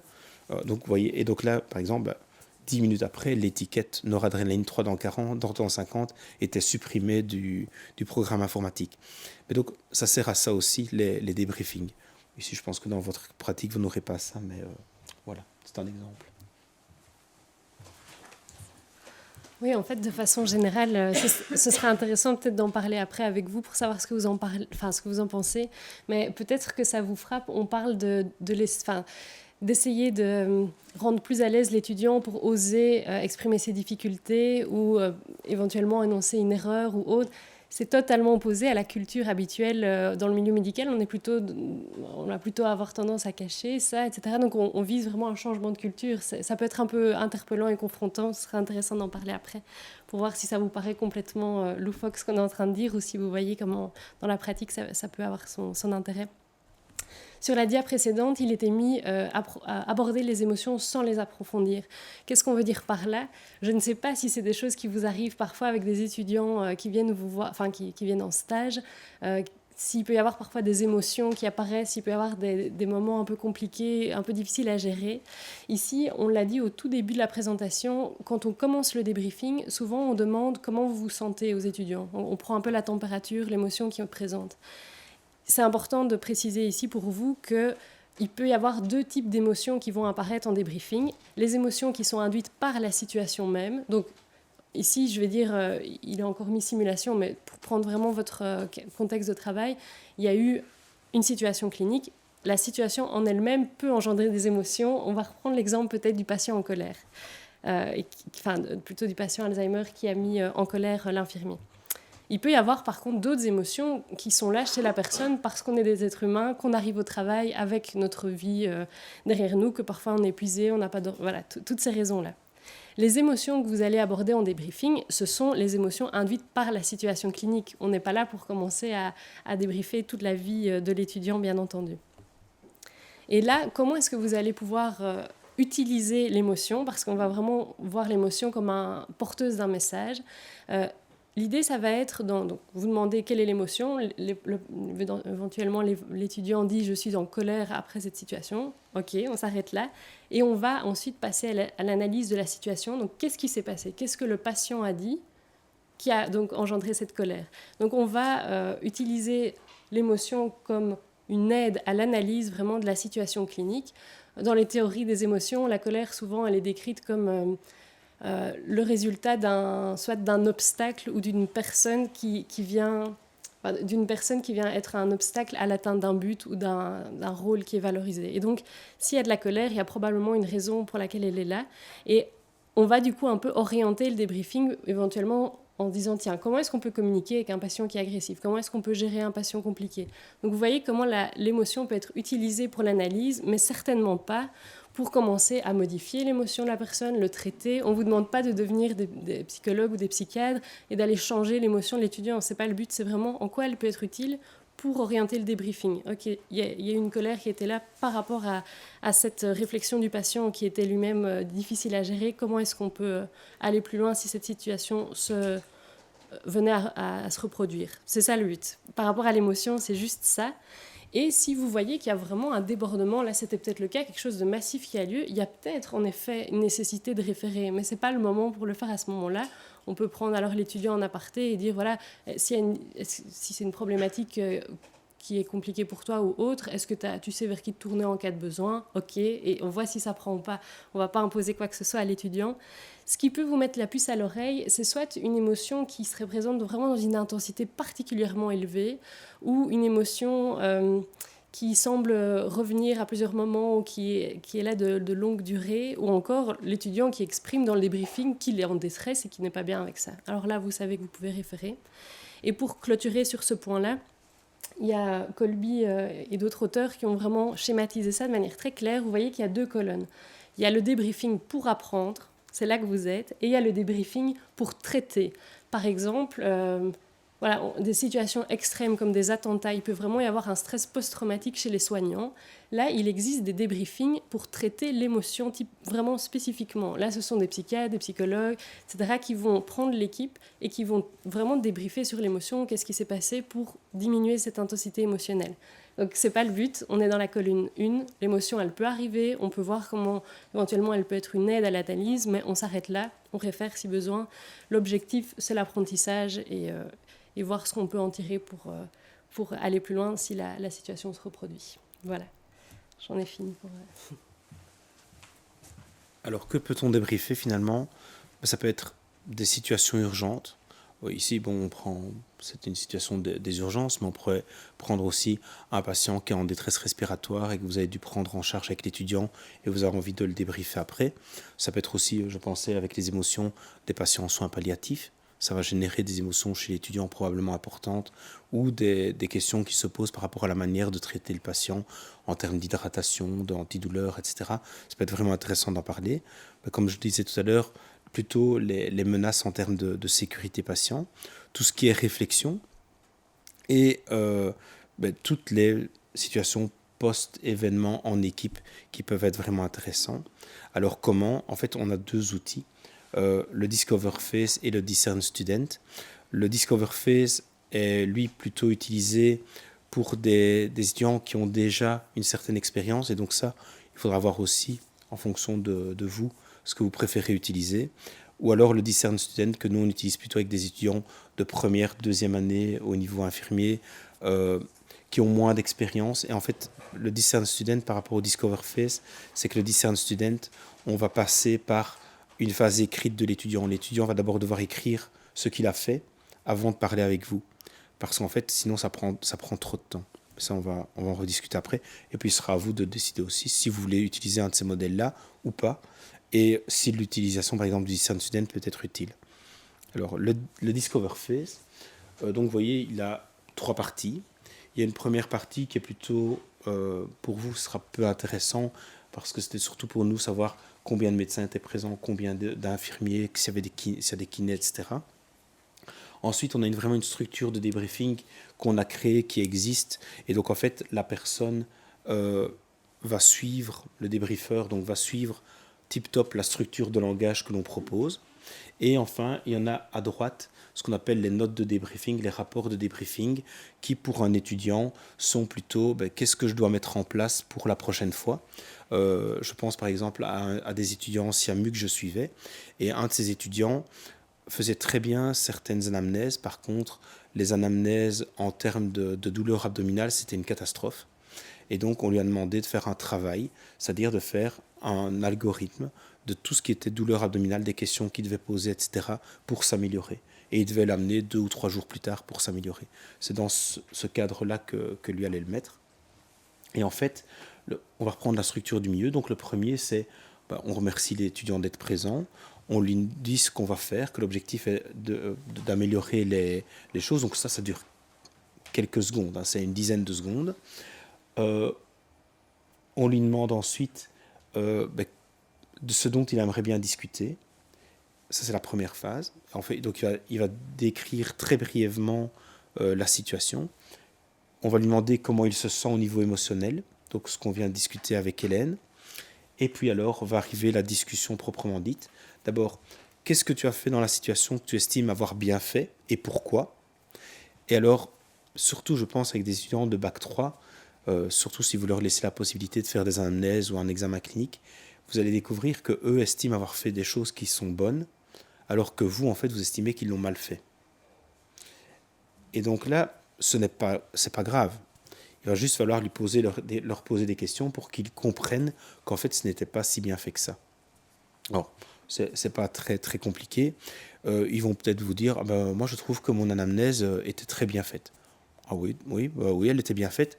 J'aimerais bien quand même revenir sur la manière dont tu as abordé la problématique du patient. C'est un exemple. Je ne sais pas du tout si ça peut avoir dans votre pratique. Je pense que tu aurais pu faire autrement en faisant telle chose. Qu'est-ce que tu en penses? Donc c'est vraiment partir de ce qu'il dit, lui dire oui c'est vrai, par contre il y a quand même quelque chose que j'aimerais bien te dire et vous lui dites. Et ça vous permet comme ça d'avancer petit à petit avec lui. Le mieux évidemment c'est quand dans le delta vous allez lui demander tiens, maintenant qu'on a fait ce qui allait bien, qu'est-ce qui dans la situation pourrait être amélioré? Et c'est là que la réflexion de l'étudiant va vraiment arriver. Il va devoir poser un regard sur lui critique, où il va se dire, mais qu'est-ce qui était bien fait, et puis qu'est-ce qui était un peu moins bien fait, et que je dois améliorer. Peut-être la manière de discuter avec le patient, les principes diagnostiques, puisque M. Marchand disait qu'il pouvait quand même émettre déjà des hypothèses diagnostiques. Et donc là, probablement, dans tout ce qui est jugement clinique, vous allez avoir des choses qui vont ressortir assez facilement. Et puis alors, il y a les idées innovantes, mais ça, c'est plutôt pour les équipes très expérimentées. Donc, c'est les équipes d'urgence auxquelles on demande, voilà, on vient de faire le débriefing. Qu'est-ce que l'on doit maintenant vraiment améliorer en termes structurels, en termes de travail d'équipe? Vous pensez bien qu'avec un étudiant de troisième, ce n'est pas ce qui va se passer. Par contre, vous pourriez réfléchir avec lui sur ce qu'il devrait mettre en place pour peut-être le lendemain ou la prochaine anamnèse ou la prochaine consultation. Et enfin, vous clôturez, enfin surtout lui qui doit clôturer en disant pour la prochaine anamnèse, je vais faire telle chose. Et il le dit clairement. Et quand vous allez arriver à la limite chez le prochain patient ou à la prochaine consultation, vous lui rappelez, n'oublie pas que tu avais dit que tu ferais telle chose ici, il faut absolument que tu le fasses. L'aspect logistique, ça je vais passer. Alors ici, c'est un un élément qui est intéressant, surtout si vous avez des assistants. Je suppose que les assistants en médecine générale vont faire des consultations seuls. Oui. Alors, les débriefings, nous, on les a fait quasiment tout le temps à distance. Et donc, en fait, si vous regardez, la ligne verte, c'est le temps, la durée moyenne des débriefings. Alors, vous voyez qu'avec l'expérience du débriefeur et des débriefés, on est passé des premiers débriefings, les 2 premières semaines de Covid, on était à 25-30 minutes et on est très vite redescendu avec une médiane à 12 minutes. Et il y a une fois où là, le débriefing a duré 45 minutes parce qu'ils venaient d'hospitaliser un de leurs propres collègues aux soins intensifs et de l'intuber. Donc c'est là que ça, à un moment donné, vous voyez que ça remonte un petit peu. C'est à cette période-là quand ils ont hospitalisé leurs collègues. Ce qui est intéressant, c'est qu'en fait, c'est de voir plutôt les barres de l'histogramme, où en fait en gris, vous avez WhatsApp. Ok, ce n'est pas le mieux du mieux en termes de secret professionnel, mais on n'avait rien d'autre à ce moment-là. Teams n'existait pas encore à l'ULG, et le téléphone. Et donc en fait, on a tout fait à distance. Et donc vous pourriez très bien avoir votre assistant qui sort d'une consultation chez un patient, chez qui ça ne s'est peut-être pas bien passé, qui vous appelle et vous pouvez très bien faire votre débriefing en quelques minutes avec lui pour essayer de comprendre ce qui s'est passé. Même chose avec votre étudiant, je suppose que lui, vous n'allez pas le laisser aller chez un patient seul. Et donc là, vous pouvez le faire en face à face. Et ici, ça c'est le Discern Student, c'est la feuille étudiante où on demande à l'étudiant de première, deuxième année d'écrire exactement ce qu'il a fait, ce qui s'est bien passé et ce qui ne s'est pas bien passé, enfin ce qui pourrait être amélioré pour lui, pour justement essayer d'améliorer ses compétences de réflexion.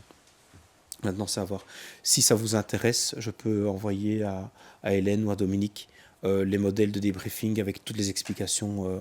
Je les ai, donc il n'y a pas de problème. Et alors, en conclusion, on est en train de passer d'un shift au niveau du débriefing, et ça se voit beaucoup dans la littérature, notamment d'amélioration de la qualité des soins.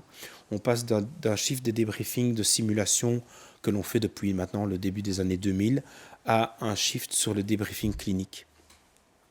Le débriefing clinique à distance même fonctionne, et fonctionne même relativement bien, que ce soit avec des apprenants novices ou avec des équipes expérimentées.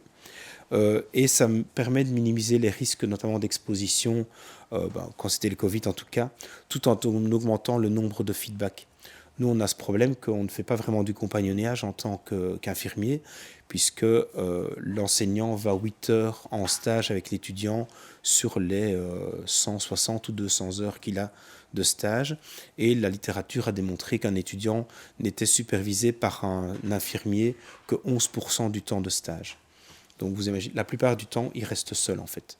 Et donc d'où l'intérêt de développer ce type de feedback qui peuvent se répéter quasiment tous les jours, parce que entre les 8 heures travailler avec un étudiant ou le contacter tous les jours 15 minutes, on a remarqué qu'il y avait une nette amélioration des compétences des étudiants. Maintenant, ce n'est plus qu'à nous de jouer pour essayer d'améliorer les compétences de nos étudiants. Je vous remercie.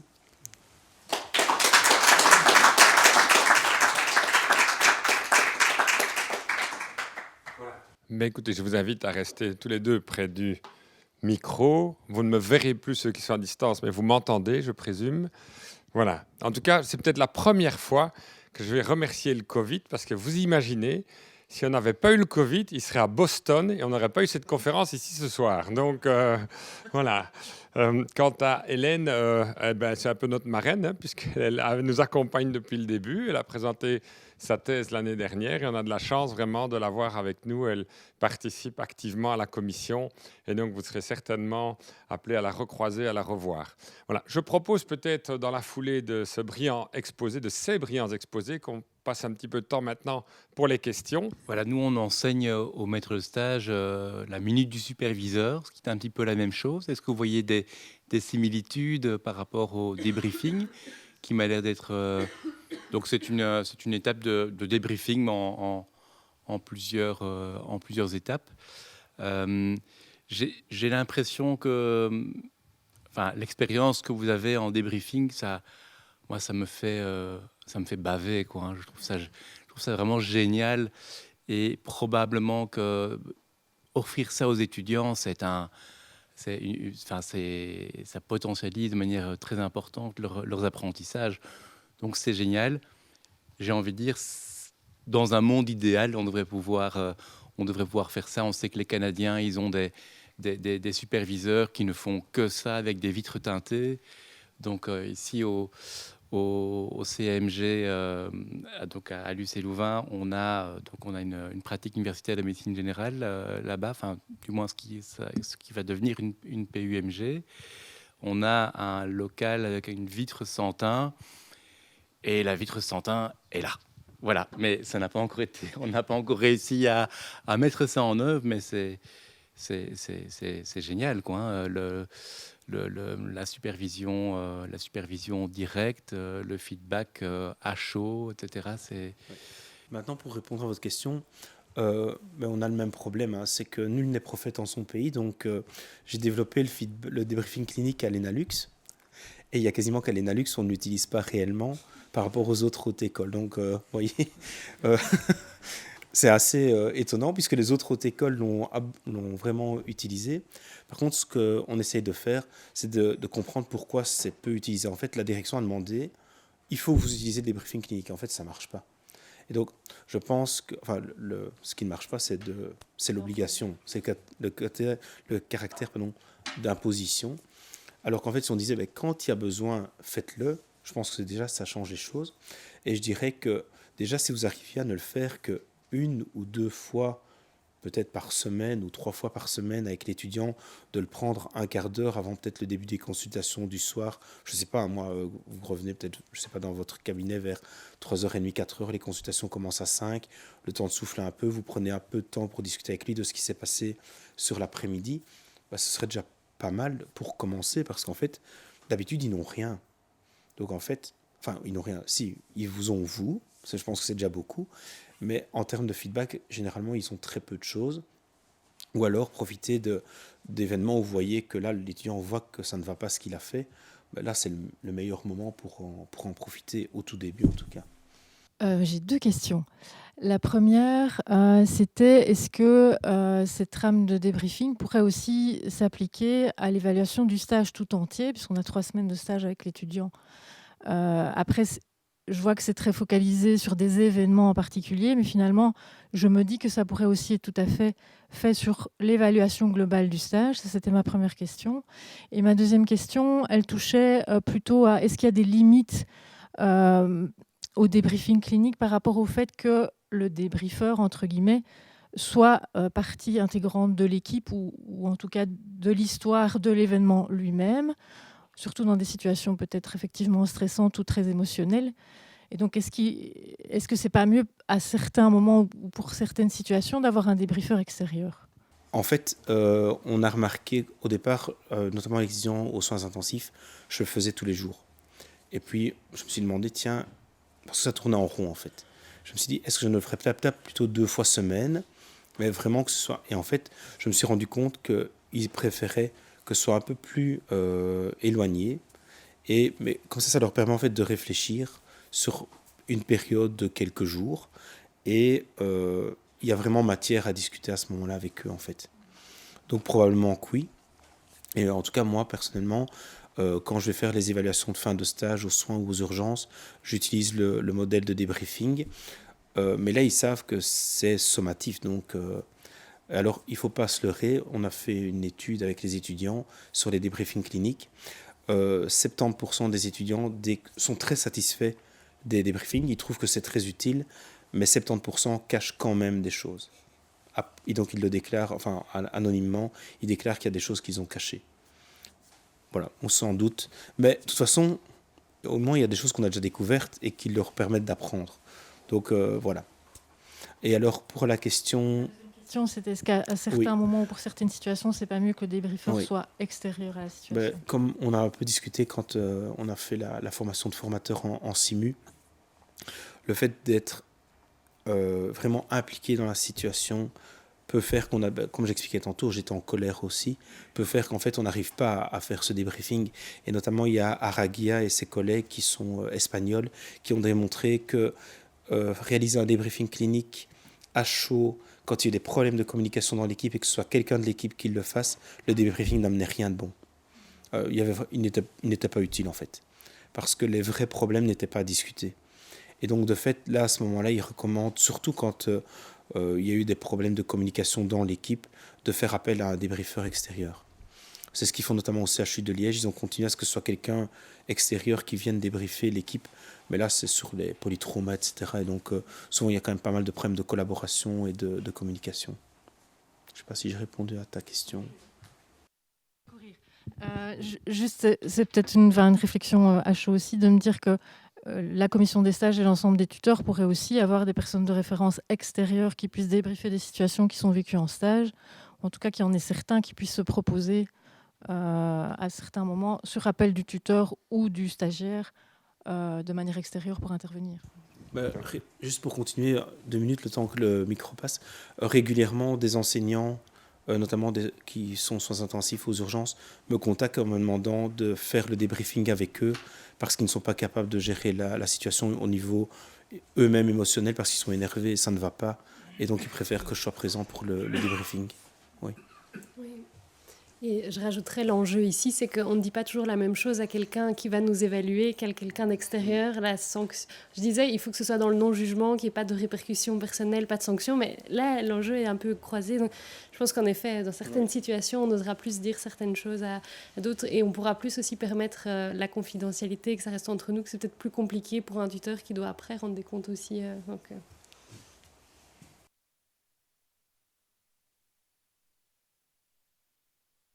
Si j'entends bien dans votre pratique, c'est plus pour évaluer les événements critiques, comme ce qu'on appelle dans l'hôpital les événements critiques, pour améliorer les soins et la prise en charge. Est-ce qu'on peut aussi utiliser cette méthode pour simplement faire un diagnostic pédagogique, nous, enfin à Liège, parce que moi, je pratique dans la province de Liège et quand on a des formations pour les maîtres de stage, on nous apprend à faire un peu du diagnostic pédagogique, donc voir un peu justement qu'est-ce qu'il y a derrière les gestes, qu'est-ce qu'il y a derrière l'attitude, ici de l'assistant évidemment, dans le cadre d'un stage de l'étudiant. Effectivement, on ne sait pas exactement quelle est... Peut-être que la conclusion a été bonne, mais la démarche a été erronée. Et donc, nous, on nous apprend un petit peu dans les formations à faire ce type de diagnostic. C'est une démarche diagnostique comme un peu en parallèle à notre démarche clinique, en fait. Donc, j'imagine que ce n'est pas uniquement pour les problèmes, c'est aussi pour évaluer les compétences et l'évolution soit de l'étudiant ou soit de l'assistant, quoi. Oui. Il y a plusieurs réponses. En fait, au départ, le débriefing clinique a vraiment été imaginé pour les cas très critiques, réanimation cardio-pulmonaire, prise en charge de patients polytraumatisés, etc. Et c'est vraiment quand il y a eu le Covid, donc avec Demian Shield, on s'est dit, on peut probablement le faire de manière routinière. Et en fait, on voit que ça marche de manière routinière. Donc lui, par exemple, dans le service où il travaille, ils ont implémenté le débriefing journalier. Donc à chaque fin de pause, les infirmiers et les médecins, qui ont eu des problèmes ou pas, se réunissent pour discuter de ce qui s'est passé et de ce qui s'est bien passé, de ce qui s'est moins bien passé. Et parfois, ce sont des changements, ça peut être des petits changements structurels en termes d'architecture, en termes de disposition de certains locaux ou d'où se trouvent certains matériels. Donc, on évolue par rapport à ça, et notamment par rapport au diagnostic pédagogique, oui, mais la différence, c'est que c'est l'étudiant qui fait le travail. Parce que souvent, quand on parle de diagnostic pédagogique, finalement, c'est encore au tuteur à faire le travail, à dire à l'étudiant, il faudrait que tu fasses ça. Donc, c'est encore rajouter une couche au travail que le médecin, par exemple ici, dans votre cas, a, alors qu'en fait, on peut laisser faire une grosse partie du travail par l'étudiant en termes qu'il puisse réfléchir sur ce qui s'est passé réellement, pourquoi il l'a fait, et puis peut-être vous, après, à corriger au niveau théorique, au niveau pratique, ou à ce qu'il se reprépare pour son stage. Je ne sais pas si j'ai... Oui, et je rajouterais brièvement d'ailleurs, la compétence qui est travaillée, c'est la pratique réflexive. Et donc tantôt on parlait d'utiliser le débriefing comme évaluation. Il faut être conscient de ce qu'on évalue et on risque de passer dans une nouvelle compétence qui n'est peut-être pas dans les 5 objectifs présentés par Dominique Henrion, qui est la capacité justement de pratique réflexive. Donc il faut savoir un peu ce qu'on va évaluer en utilisant le débriefing.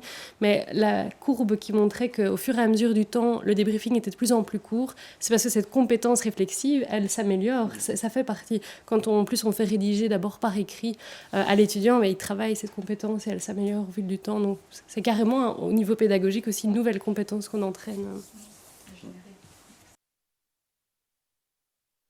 Qui vous concerne un peu tous les deux, parce que Bruno a dit c'est un peu comme dans un monde idéal. Et j'ai le sentiment, quand je vous entendais, M. Servotte, c'est que le débriefeur montrait un peu la voie à celui qui était débriefé. Mais parfois, on est dans des situations où, et vous l'avez un petit peu évoqué, l'étudiant, il apporte quelque chose auquel on n'avait peut-être pas pensé. Ou bien, il a l'impression d'avoir fait une bonne anamnèse. Et nous, on lui dit, mais c'était peut-être pas comme ça. Mais c'est peut-être quand même lui qui a raison. Et là, on rejoint peut-être un peu la gestion des émotions que tu as évoquées. Il faut pouvoir aussi peut-être inverser les rôles.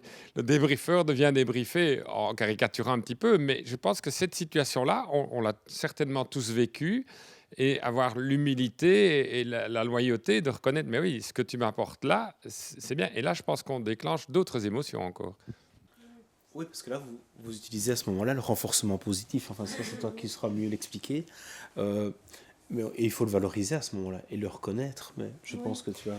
Oui, moi, ça me fait penser à quand on met en place la sécurité psychologique, c'est autant pour l'un que pour l'autre. Et finalement, quand on est dans un cadre bienveillant et qu'on veut aller vers plus de transparence, comme on est un modèle de rôle, si on reconnaît de dire, tiens là, en fait, ta réaction, ce que tu es en train de me dire, ça me surprend et ça me déstabilise. Donc, verbaliser cette émotion un peu étonnante et pas habituelle et dire, ouais, je suis déstabilisée, c'est vrai qu'en fait, j'y avais pas pensé. Je vais réfléchir.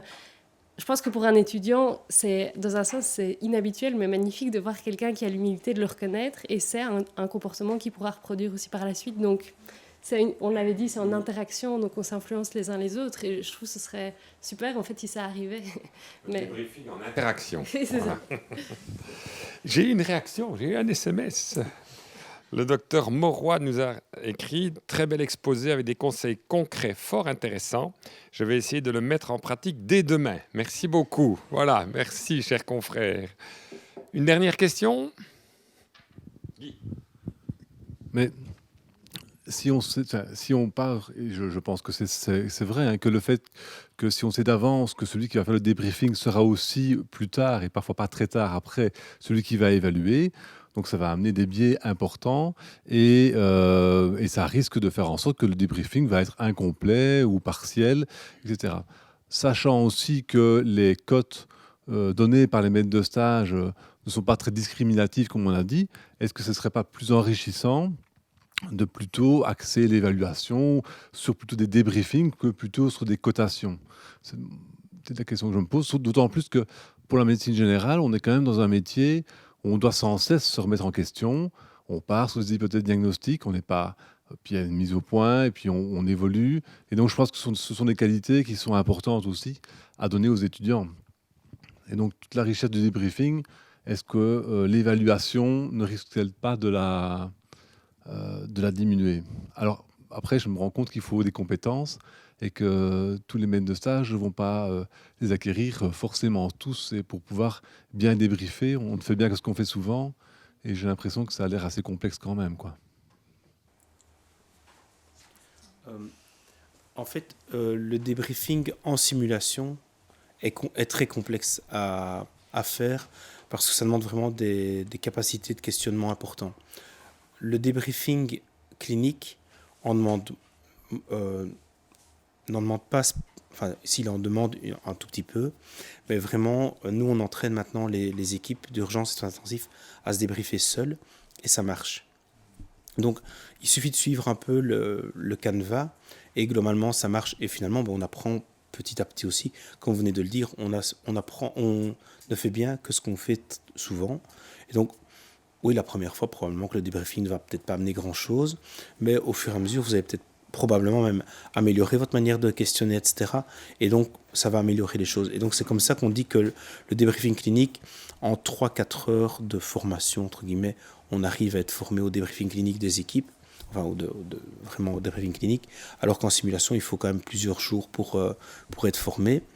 Et alors, concernant l'évaluation, ça reste la grosse question, c'est quels sont les biais que l'on induit en étant et débriefeur et évaluateur par la suite. Ça reste, et même encore maintenant, hein, je suis des étudiants en stage et jusqu'au dernier jour, finalement, j'essaie d'améliorer vraiment bien ses compétences, mais le dernier jour, je dois lui mettre quand même des cotes, une cotation finale. Donc c'est vrai que ça reste quand même un jeu d'équilibre avec l'étudiant. Il n'empêche que j'essaie d'être clair avec eux. Quand je fais le débriefing, je suis là pour améliorer les compétences. Et à la limite, si je vois qu'en plus, il s'est amélioré au fur et à mesure des anamnèses ou autres, pourquoi le mettre en échec alors qu'il s'est bien amélioré? Mais c'est vrai que ça reste les grosses questions de l'évaluation. Ça, on n'a pas la réponse. Oui, et juste pour conclure, par rapport aux théories aussi qu'on connaît en psychologie, c'est sûr que changer des habitudes, parce que des débriefings, vous en faites peut-être plus ou moins de manière formalisée, avec une autre structure, ou un petit peu de façon implicite.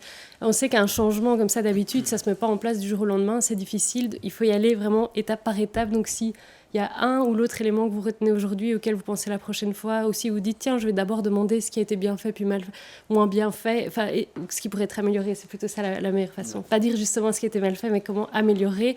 C'est des petites choses, mais ça va peut-être déjà mettre en place des petits changements de réaction chez l'autre. Il faut un peu tester. Je voudrais pas en tout cas qu'après l'exposé, ça paraisse hyper difficile à mettre en place, trop cadré, et finalement on va rien faire du tout, quoi. Juste prendre 2-3 et essayer. Je pense que ça c'est aussi alors juste une dernière chose, le débriefing clinique à notre époque, j'ai été diplômé au siècle dernier, n'aurait probablement pas marché aussi bien que maintenant. À cette époque-là, on était habitué, on est dans des générations qui sont complètement différentes, et on le remarque notamment dans le débriefing clinique ou en simulation. Avec les personnes de ma génération, le prof disait que c'était comme ça, on faisait comme ça. Là, maintenant, les étudiants préfèrent, ils n'aiment plus tellement quelque chose de hiérarchique, ils préfèrent quelque chose d'horizontal. Et c'est vrai que le débriefing correspond vraiment bien à la génération des étudiants que vous allez probablement avoir dans maintenant, jusque dans les 5-10 ans qui vont suivre, parce qu'en fait, ils apprécient vraiment fortement que l'enseignant s'asseye avec eux, notamment dans les simulations, qu'ils fassent partie du groupe et qu'ils ne soient pas debout au tableau en train de dire ce qu'il aurait fallu faire et qu'on leur donne plus la parole. Mais c'est un exercice, et finalement, c'est un exercice de style pour combiner des générations différentes aussi. Je fais le parallèle avec la relation avec le patient. Je disais que c'est un miroir de la relation avec le patient, mais ce qui vient d'être dit, c'est la même chose, hein. Vous sentez sans doute ce changement, le patient qui veut être plus acteur et plus dans une relation égalitaire. Faire des débriefings au cours d'anatomie, ça va être spectaculaire. Merci docteur Ravoisin qui nous a envoyé aussi un petit message. Je vais débriefer de cette réunion avec mon assistante et ma stagiaire Bac 3. C'était très intéressant, beaucoup de messages et d'outils intéressants pour ma pratique. Merci beaucoup. Et elle ajoute, tout à fait d'accord, la génération Z préfère une relation horizontale. Voilà. Merci beaucoup en tout cas pour ce brillant exposé. Alors, j'avais dit que je n'en parlerais pas sans transition, mais je vais quand même faire un petit mot. Si vous suivez un petit peu les matchs de la Coupe du Monde, vous avez vu que le temps complémentaire oscille en général entre 7 et 12 minutes. Donc, je vais vous retenir encore un petit quart d'heure. C'est la dernière partie. On est dans les temps, tout à fait dans les temps. Et on va écouter notre doyen Pierre Garin qui va vous parler du master complémentaire en médecine générale qui, vous le savez sans doute, voit peu à peu le jour à l'université de Namur. Voilà.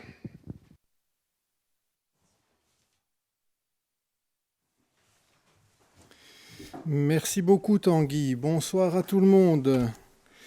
Étant donné l'heure, je vais essayer d'être concis et de vous donner les messages essentiels.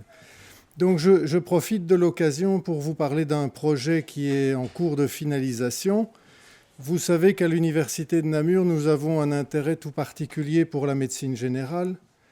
Ça s'est traduit d'abord par le fait que nous avons mis sur multiplier un stage en bac 3, hein, c'est les étudiants que vous avez déjà reçus, un stage obligatoire. Et comme c'était la première fois qu'ils étaient en contact avec la pratique, on a voulu que ce soit avec la pratique de la médecine générale. Alors on poursuit sur cette lancée et l'étape actuelle, c'est le fait que nous demandons l'autorisation de mettre sur pied la formation en médecine générale. Donc, pour qu'il n'y ait pas de malentendu, je ne suis pas en train de vous parler du master en médecine. Hein. Vous savez qu'on fait 3 ans de bac, ça on le fait à Namur, et puis on fait 3 ans de master pour avoir un diplôme de médecine. Nous ne demandons pas d'avoir ce qu'on appelait dans le temps les doctorats. Nous, ce qui nous intéresse, c'est d'avoir l'autorisation de faire la formation en médecine générale. Alors, en Belgique, une université ne peut pas décider d'elle-même qu'elle va mettre sur pied une formation comme ça. C'est une décision qui dépend de la communauté française, Wallonie, Bruxelles, Fédération de je ne sais plus tout quoi. Et donc, nous devons demander cette autorisation et le politique a décidé que ce genre d'habilitation, c'est comme ça que ça s'appelle, n'est plus accordé à une université. Il faut obligatoirement le faire en codiplomation. Donc, nous nous sommes tournés tout naturellement sur notre partenaire habituel, c'est-à-dire l'UC Louvain, puisque 95% des étudiants qui font leur bac à Namur continuent ensuite et font leur master à l'UC Louvain. Et après une assez brève discussion qui a duré à peu près 4 ans, nous sommes parvenus à un accord.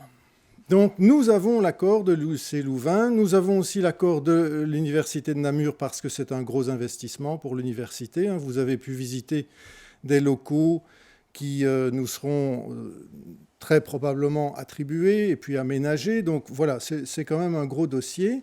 Et nous allons avoir la réponse du politique ici au mois de janvier 2023. Je dirais que tous les signaux jusqu'à présent sont au vert, donc nous avons vraiment bon espoir d'avoir en janvier le feu vert. Et donc en janvier, on va réellement rentrer dans tous les détails pratiques, notre objectif étant de commencer cette formation avec des étudiants en septembre 2023. Nous allons avoir besoin de votre aide. Vous nous avez déjà aidé en tant que tuteur. Pour nos étudiants de Bac 3, on aura encore besoin de votre aide pour le master de spécialisation en médecine générale. Et ce que nous allons faire, on ne va pas réinventer le fil à couper le beurre, mais on va quand même vouloir donner une certaine coloration à notre formation, lui apporter des spécificités par rapport à ce qui existe dans les autres universités. Alors, qu'est-ce qui sera très important pour nous ? D'abord, des éléments qui sont liés à la pédagogie, parce que vous savez que c'est la tradition à Namur, on est très attentif à la pédagogie et à la proximité avec nos étudiants. Donc, on voudrait développer un apprentissage qui est basé sur ces systèmes de simulation et de débriefing. C'est pour ça qu'on a choisi ce thème pour cette soirée d'aujourd'hui. Ça, c'est un point. Et puis, un autre point, c'est que dans notre formation, nous allons avoir ce qu'on appelle un mentorat. Alors, un mentorat, ça veut dire que les assistants, pendant les 3 années de leur formation, pourront avoir un médecin généraliste expérimenté qui sera un peu leur parrain, leur marraine, et qui devra donc avoir régulièrement contact avec cet assistant qui ne sera pas l'assistant qui est dans votre propre cabinet en train d'être votre assistant, ce qui vous donnera un peu plus de recul par rapport à la situation. Et l'objectif, c'est d'avoir avec lui des interactions vraiment scientifiques, pédagogiques, pour discuter des sujets intéressants, ce qui va lui donner un autre point de vue que celui de son maître de stage de tous les jours. Et aussi peut-être d'avoir un retour sur ce que vit l'assistant, parce que nous pensons qu'en ayant cette proximité durant la formation, nous pourrons éviter de nous retrouver avec des dossiers de conflits entre assistants et maîtres de stage. Les autres universités qui ont déjà de l'expérience dans ces masters nous disent que ça devient quand même plus ou moins fréquent et on pense qu'avec ce mentorat, on pourra agir de manière préventive et efficace pour améliorer ça au bénéfice de tout le monde. Et donc, voilà, on fera appel beaucoup à vous parce qu'il faudra des examinateurs pour le concours d'entrée, il faudra des maîtres de stage pour le stage pré-concours, il faudra des personnes qui suivent le travail de fin d'études. Donc, on embauche, wanted. Mais la première étape pour nous, pour les étudiants qui débuteront leur Master 1 ici, espérons-le en septembre 2023, c'est de leur fournir à chacun au moins un mentor. Et donc, si vous vous sentez attiré vers ce genre de fonction, nous espérons avoir à peu près 25 à 30 étudiants la première année. Et donc, un appel est lancé ce soir à tous les volontaires. Merci pour votre attention et bonne fin de soirée à tout le monde.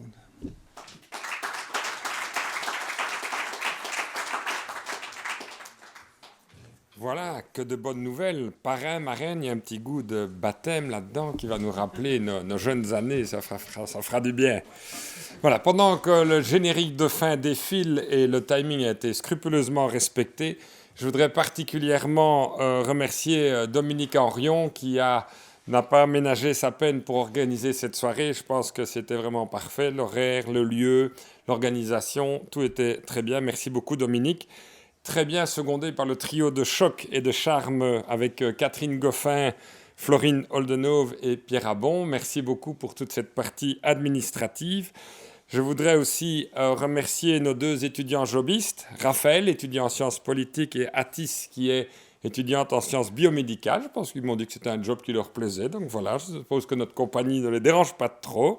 Et aussi remercier le service audiovisuel. Vous avez vu qu'ils sont venus à 3. Je ne doute pas que ceux qui étaient à distance ont pu profiter de cette soirée. Parce qu'en plus, figurez-vous qu'ils viennent tous les 3 de Ciné. Donc ça ne pouvait que bien se passer. Voilà.